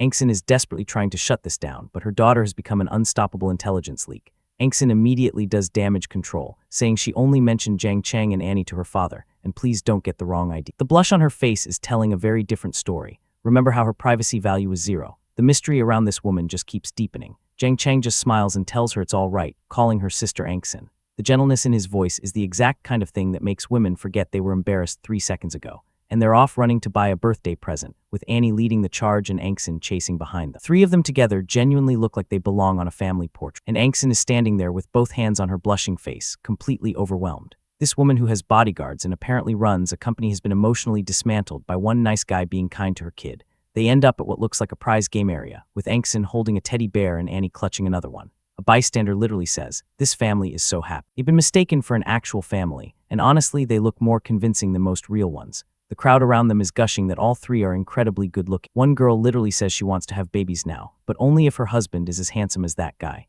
Jiang Chang is accidentally raising birth rate aspirations just by existing in public. As the day wraps up, Angson thanks Jiang Chang for everything, especially the birthday gift. What none of them realize is that someone very important has been watching this entire scene unfold, because Jiang Chang's dad, Jiang Jiaming, is right there in the crowd, and what he sees is his son holding a child, standing next to a gorgeous woman, looking exactly like a young father with his family. The bottom of this man's stomach just dropped to the earth's core. Jiang Jiaming adjusts his glasses and squints harder, as if changing the focus will somehow change what he's looking at. His colleague hasn't noticed anything yet, but this man's entire worldview is currently experiencing server errors, and then his brain starts doing math. That child looks about 4 or 5 years old. If his son was the father, that would mean Jiang Cheng was dating this woman back in middle school. The man is speedrunning into a panic attack based on entirely wrong arithmetic, and now his imagination kicks in, producing a fully rendered fantasy of his teenage son in a romantic scenario. Dad's mind palace is creating content that would get flagged on most platforms, and he did it to himself. But then he snaps out of it and goes into full denial mode. He insists his son only cared about watching cartoons back then and would never have done something like that. The Jiang family upbringing wouldn't allow it. He's clinging to this belief like a life raft in a tsunami of circumstantial evidence. His thoughts spiral even further. Could that woman have seduced his innocent son? Then he admits her clothing and demeanor suggest she's classy. So now he's genuinely confused because none of the scenarios he's imagining actually make logical sense. This internal monologue is peak comedy. His colleague finally notices he's been standing there frozen and asks what he's staring at.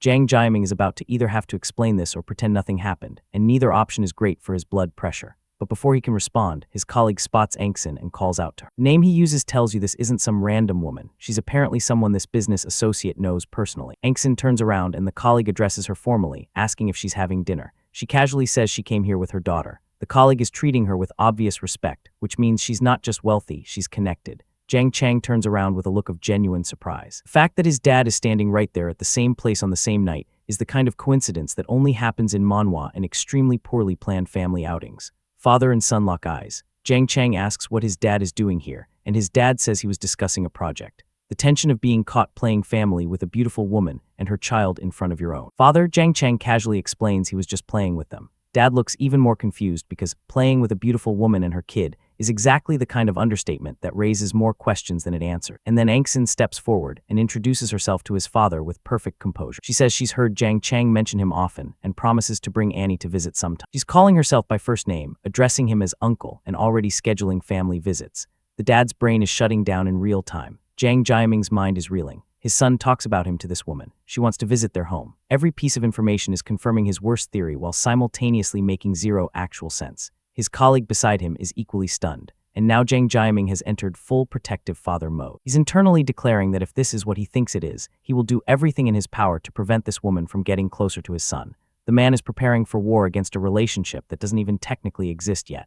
But then his colleague grabs his arm and says, "Mr. Jiang, since you know CEO Angsin, this project is definitely yours now." Wait, CEO Angsin. Angsin isn't just some random single mother. She's a CEO. The business colleague is now using her connection to Jiang Cheng as leverage for deals. The plot just thickened by about 17 layers. Jiang Jiaming stands there, glasses gleaming in the night, wondering who exactly that woman is and whether his son is really involved with her. He came here to discuss a project and left with an existential crisis. Something tells me the Jiang family dinner table is about to become a war zone. See you in the next episode. Bro's not even surprised. This is just Tuesday night for a super rich scumbag. Free high-class dinner setups. Yeah, being filthy rich has its perks. Indoors to tie his shoe, saying he doesn't need a blind date and questioning who still goes on them. Young man with dark hair looks up anxiously as an authoritative and demanding father insists he admit the truth about his girlfriend. Told his mom the situation was complicated and promised to explain it later, leaving her uncertain. Dad turned toward and said he had thought about it all night, but now had to explain how complicated things were. Asked his father what he wanted, and pressed him about spending time with a girl who might have a child. Looked up defiant and asked why it mattered if had a child. Gripped the chair and warned that getting involved with a wealthy girl would bring serious trouble, asking if he understood. Scratched his head and asked his dad if he was reading too much into things, thinking his anger came from a misunderstanding about. Held hands and urged her to sit, saying he wanted to explain what happened a few days ago in Thailand. Back with open arms and calmly explained that this was simply the way things were. Lee gently placed her hand on his shoulder, reassuring him that she was frightened and admitting she had misunderstood their son's situation. The young man with dark hair lay on his bed, scrolling through his phone as he read troubling news about and Wan's on-set scandal. Silently revealed a glamorous viral photo of Lee on his phone. Crowd praised as their goddess, insisting her dedication was unmatched and that real fighting made filming authentic, while dismissing lesser-known celebrities trying to gain attention. Frowned at his phone, muttering that the slap scene was filmed repeatedly and that online trolls were being paid to bury the truth. The young man with dark hair put on his jacket and listened through Bluetooth as someone ordered him to ruin by any means necessary. woman with red hair admired the white sports car outside and remarked that her boss always looked incredibly handsome. Asked why was staring and complained about the heat, while he teased her by offering to help her take off her jacket. Turned in her seat and invited her boss to join her for hot pot. Masked waiter set steaming dishes on the table for, and as soft light warmed the cozy restaurant. Drink from the bottle, saying she felt useless because she couldn't fight back or respond, and people were still insulting her online. Kept eating and told her that if anyone hit her again, she should just hit them back. Wiped away tears and quietly told her boss she knew he helped her, adding that sister was organizing online public relations for support. Discussed his frustration about still getting minor roles, while explained the previous project's filming for their company was nearly finished. Phone on the table buzzed with a fresh notification as an unknown person overheard news that damaging secrets had just gone public online. Focused and calculating, read a new message on his phone about offering a big reward for information that could ruin his reputation. Told to drink less as she held the bottle firmly in her hand. Pleaded with boss to let her drink as much as she wanted, saying only with boss present could she truly be herself. Carried inside as she mumbled that she wasn't drunk and asked why there was no alcohol. Lying on the bed, grabbed a man's hand and begged him not to leave her. Grabbed the other's hand and begged desperately for them to stay with him. Lee leaned over and gave a playful laugh. She almost suffocated and marveled at how elastic the big bowl felt against her. Told she felt sorry for someone and admitted it made her a bit angry. Quietly admitted she disliked taking advantage of others' misfortune and believed it was better to act slowly and with care. Suddenly his foot jerked up and kicked as he tried to steady her. Awkwardly held the woman's raised leg, his slight smirk unable to hide the tension between them.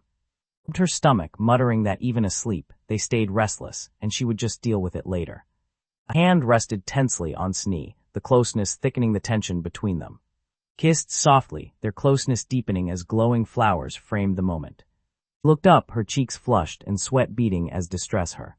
Blushed and sweated, her mouth parted as she faced, in a moment charged with emotion. Held Lee's wrist firmly, as she asked in a trembling voice what he was doing. A single misstep on rumpled sheets, and embarrassment surges between Han and as blame shifts unexpectedly. Han pressed his hand to his aching forehead, saying he should be the one asking what the other person wanted since he was being held so tightly. Told Han she only remembered drinking at the restaurant and had no idea how they got back to the hotel. Han pulled his hand away and told her to move, while she secretly admired his impressive figure.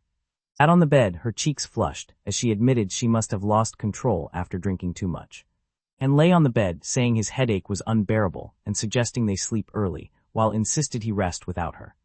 Studied her reflection in the mirror, quietly admitting she had never been so physically close to a boy and that she felt hungry.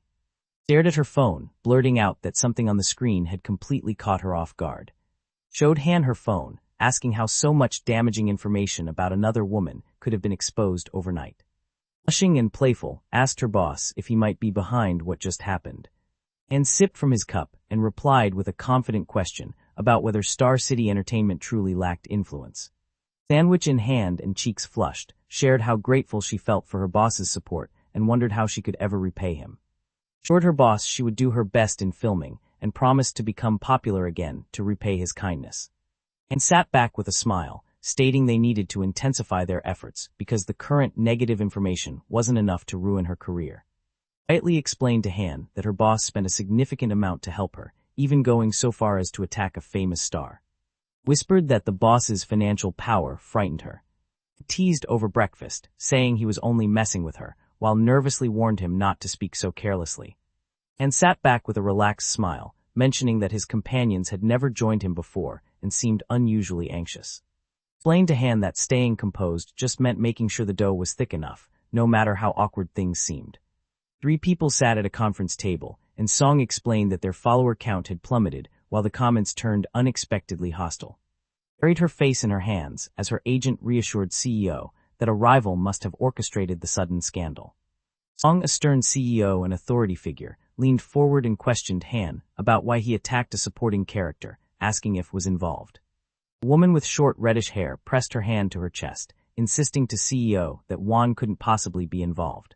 Explained to Song that even negative publicity from the filming helps promote their new drama and insisted it's better than having no publicity at all. Song warned the women that he had already dealt with other trending topics and might suppress theirs later, urging them to be careful next time. A young man with dark hair quietly told the CEO of Star Entertainment that a massive reward was offered for dirt on. A shocked older man in a suit leaned forward, sweat beading on his brow as tension hung thick in the sunlit office. Song demanded to know if had cheated again and pressed her about her connection to the CEO of, leaving her confused. Whispered that she'd been involved with several bosses, but honestly couldn't remember the one Song mentioned, anxiety growing as others looked on. Song leaned over the table and told to think carefully before answering, saying this should be related to Juan. The younger man with dark hair showed his phone to Song and informed him that ended Juan's contract and cast her as a lead. Wiped tears from her face and told Song she only meant to teach Juan a lesson, never expecting things would escalate. Clung to Song's arm, pleading for help, while he silently calculated the enormous financial risks if her endorsements collapsed. Inside the office, Song outlined a plan to outbid the rival offer, and Han confirmed he'd handle the protection deal immediately. Song warned that this was her last chance, and any repeat would lead to blacklisting, stressing the company's costly consequences. Looking anxious on the video call, told to stop joking and announced Entertainment was offering $25 million to protect her. He sat by the window, confidently telling to start with $100 million and keep raising their budget in the fight against Entertainment. Stared at Han and asked if even $100 million wasn't enough, shocked that he kept adding more to the offer. Questioned if committing $100 million was excessive since their company was new, but Han insisted this bold investment would prove strength. And explained that he was new to the business world and planned to use $100 million as his first major investment. Young, ambitious, and wealthy rival CEO sat above the crowd, raising a glass as he declared that everyone would remember Entertainment and the name. Typed confidently on her laptop, saying she would send out the message immediately, and admitted she felt a bit envious of Juan. He showed his smartphone to the group and reported that Entertainment spent 100 million yuan to expose, mentioning by name. Song turned to Han and asked if he really knew. Leaned back and explained that handled vast sums at 18, surprising everyone with his extraordinary financial power. The young man with hair spoke intensely, revealing his shock at how ruthless and strategic Han had been with money and rivals. Han at the booth scoffed, telling everyone that in Song were just signed artists and joking about retiring with a scandal payout. Confident young man lounged among empty bottles, musing aloud that he found intriguing and planned to invite him out soon. A single harsh light flickered over 3 tired executives as they clashed over impossible numbers and demanded someone finally offer a real solution. Then his dad laid out the financial penalties, saying could cover debts by working, while cried uncontrollably in the office. His dad, harsh and bitter, demanded to know why someone was crying now, but hadn't shown tears when they were the one hitting him. A desperate and overwhelmed woman sat at her desk, pleading with CEO not to send her to Japan and begging for his help instead. His dad slammed his hand on the table and told they needed to beg the CEO of, insisting he would handle the negotiation himself. Walked arm in arm with his proud and generous father and supportive mother, listening as his dad offered him any gift he wanted for their success. Warm and welcoming woman greeted and told him everyone was ready, while he adjusted his glasses and replied that she could pick one. His dad glanced up, wondering aloud how no one seemed to realize who would end up paying the bill. Smiled and explained that he planned the birthday surprise early because he would be away at school when the actual day arrived. Gestured politely and asked to reveal what he had prepared. His dad, stern but caring, tugged at his shirt with effort under the bright lights, tension clear in his face. His dad recoiled in shock and threw up his hands defensively while watched with a calm expression. The confident woman wearing elegant jewelry smirked and mocked, saying he only ever remembered his dad and bought him such an expensive car. His dad, proud and excited, explained that he chose this over and suggested they take it for a spin tomorrow. Reflected on his dad's excitement about the car and decided not to mention his investment background yet, arranging for transportation to Shanghai instead.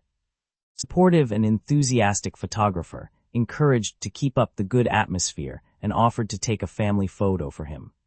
Embraced his mom and dad as they all smiled together beneath a canopy of balloons, soaking in the warmth of the celebration.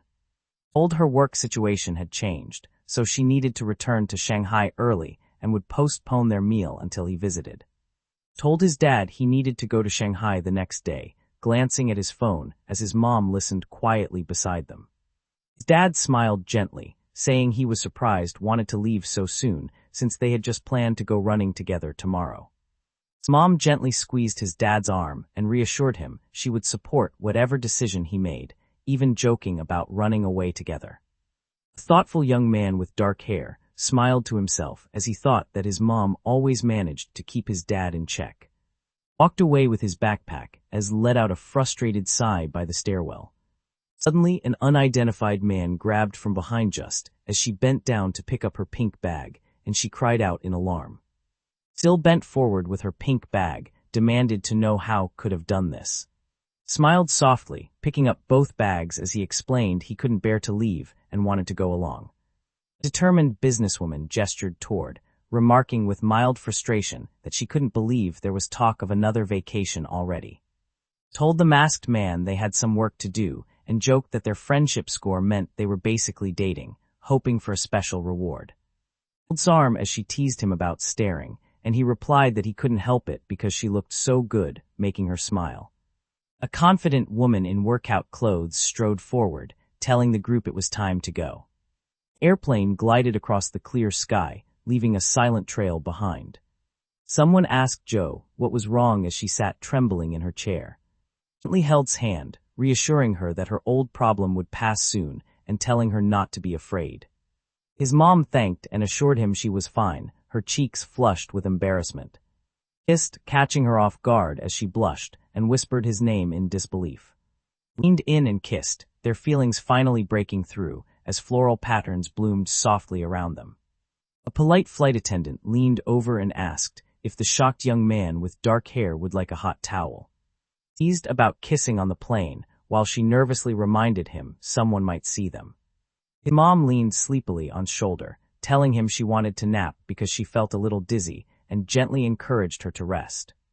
Offered a ride, but she declined and insisted she would rather take a taxi herself. Glanced back at the crowd, thinking quietly that she and Still weren't ready for a real relationship yet. His mom opened the taxi door and told he should rest, suggesting they have dinner another day and to message her when he arrived.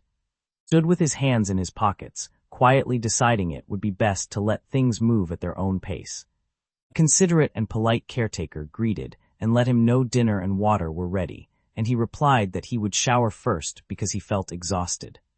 Manager addressed with a polite greeting, but after their time apart, she seemed distant and kept the interaction strictly professional. Asked manager for a back rub, then explained that had sent her money but stopped replying to her messages, leaving her feeling uncertain.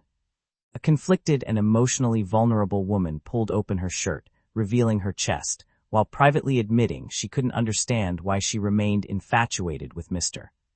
Blushing and partially undressed, held up black lingerie as she admitted she would happily accept even a brief moment of affection. Leaned into some embrace and quietly shared how the past few days at home had been especially hard for her.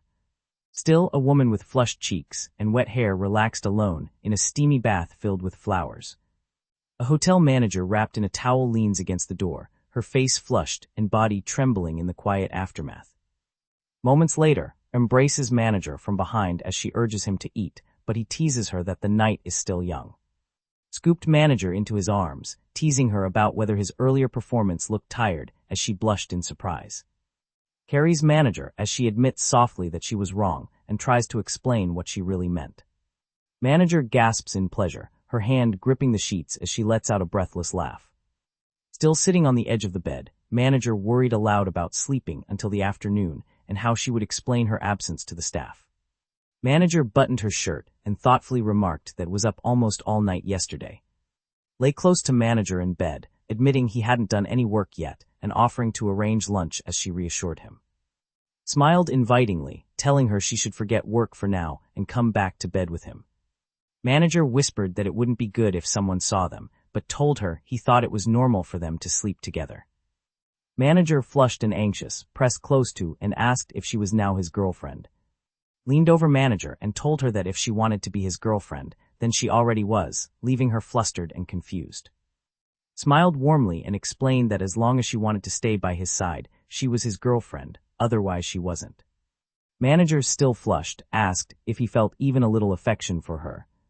Hugged and kissed manager as she asked if he truly liked her, and he replied that he wouldn't be holding her otherwise.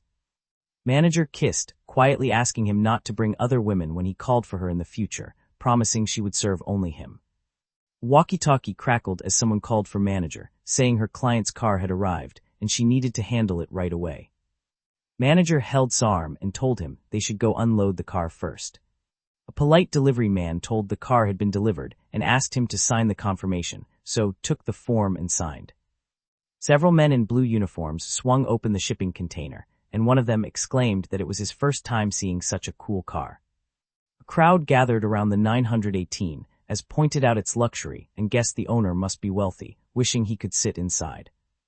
A concerned and authoritative CEO leaned out his car window and asked what was causing the noise and blockage ahead. Manager leaned into the car and told that his vehicle was nearly unloaded and she'd arrange for the area to be cleaned right away. Manager stepped out of her car and confronted, insisting the hotel couldn't operate if cars blocked the entrance, so he promised to move it immediately. Looked down thoughtfully, recalling that someone had reminded the staff to make every effort to ensure his stay at the was perfect. Knocked on the car door while manager stood nearby with her hands in her pockets, quietly watching him. Leaned back in the car seat with a relaxed smile, saying he was only joking, and told her not to take it so seriously. Manager quietly explained the situation too, while he wondered why hadn't just told him was the hotel's cash cow. Manager tried to laugh off her nerves, reassuring that his impressive presence made everything clear, while he turned away in silence. Manager leaned closer and asked if he was comfortable in the car, offering to help if he needed anything. Asked manager whether she could help him get a rare license plate, and she promised to contact a client about arranging the transfer. Leaned back in his seat, thinking aloud that any license plate put up for auction must be especially valuable. Manager told she had set the meeting at family restaurant and sent him the address, and he replied he would come right away.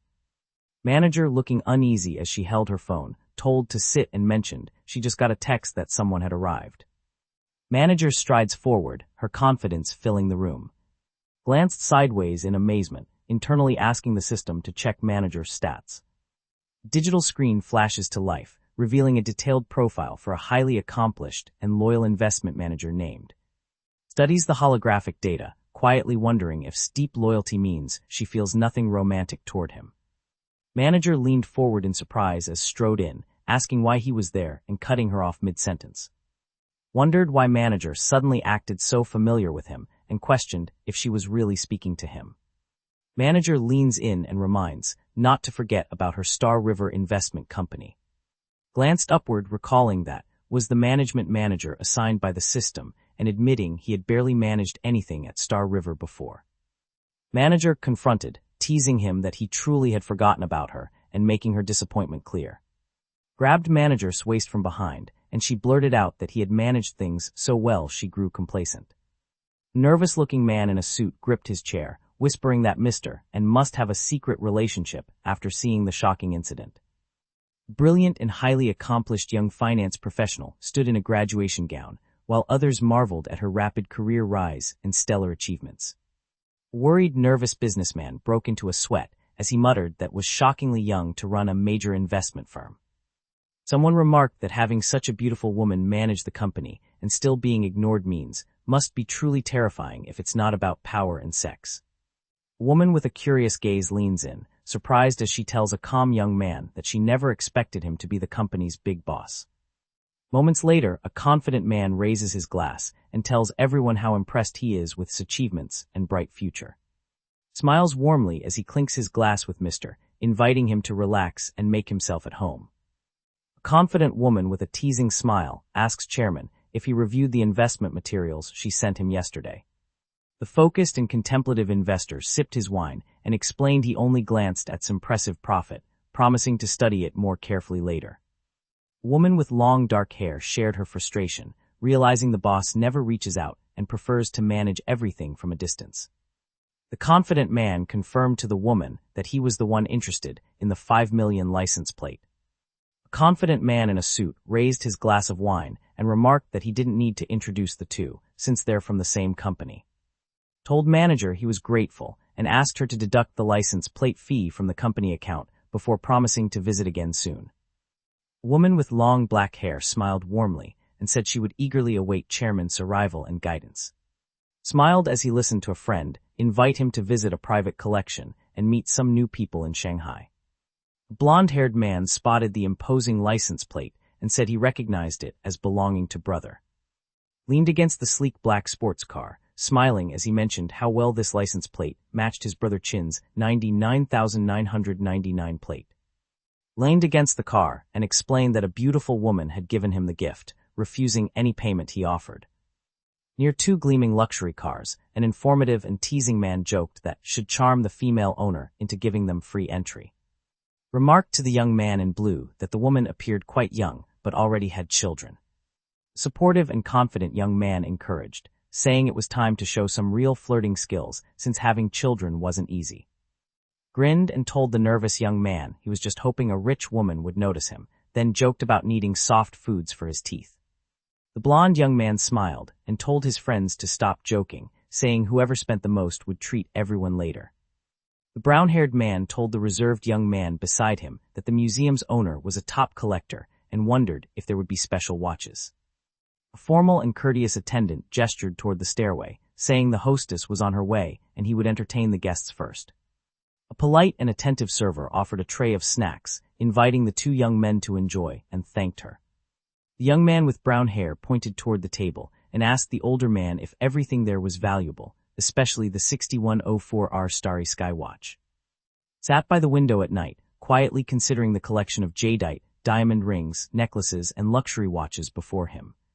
The blonde man teased the dark-haired man, saying only wanted a 1.5 million yuan, while brother Chin preferred Miller's $8 million. A young man with reddish hair lounged on the couch, joking that brother Chin would feel it in his back the next time he drove at night. The blonde-haired man leaned forward with a smirk, telling the group he only bought watches to tell time, not for any complicated reasons. A young man with dark hair grinned and said he'd gladly handle any challenge for brother Chin, from Everest's peak to the deepest valleys. The blonde man teased about not sharing and asked if he liked anyone, while said he preferred the 3-minute repeater astronomy model 5374. Sat on the couch with a bottle in hand, remarking that someone only seemed interested in prices worth tens of millions. The blonde man asked if had been waiting for a chance to wear an even more impressive watch and eat out alone. Asked the butler if the watch was unavailable, and the butler replied that only items marked as available could be purchased this time. Admired the luxurious watch on the screen, saying he found it more impressive and appealing the longer he looked at it. A supportive young man told not to be disappointed, suggesting they could try again next time and might succeed then. A woman with pink hair and a black dress walked purposefully down an ornate hallway toward a grand door. An elderly man in formal attire leaned forward and asked the master what had brought him here. A confident woman in a black dress crossed her arms and told the group she was late because of traffic, then asked if they had seen it. 3 men in the modern room praised Sister, saying it was nice to see her. She looked even more beautiful, and her aura was unbeatable. His eyes widened as he realized the master was actually the woman standing before him. A confident woman with short hair demanded to know why was there. A young man with hair glanced at Sister, wondering why her expression changed and if she really knew. The confident woman in the black dress touched his shoulder and asked how he ended up in Shanghai after being in Chengdu so recently. The confident woman told she was bored after just arriving, and he replied that would have made him find her if she'd known. He looked to the side, realizing Sister, and shared a much older friendship than he'd expected. A determined young man with dark hair unleashed his final sword strike, declaring that this attack would decide everything. The confident woman teased about eyeing the watch, and he admitted he liked some, but none were available, so he'd browse more options. The confident, blushing woman smiled and told him that if he liked it, that was enough reason to buy it without asking her. The confident woman instructed Old He to fetch the astronomy questions she had already sent to, and he agreed respectfully. 2 guys anxious and in disbelief questioned the calm but serious man about more than 10 million being given away for free. He frustrated told Sister he noticed she set rules for others, but gave exclusive watches to him without hesitation. The devoted woman assured that she would gladly give him anything he liked, even everything, and he smiled gently in response. The young man with dark hair blurted out in shock that the mansion's collection could really be worth over $1 billion and all go to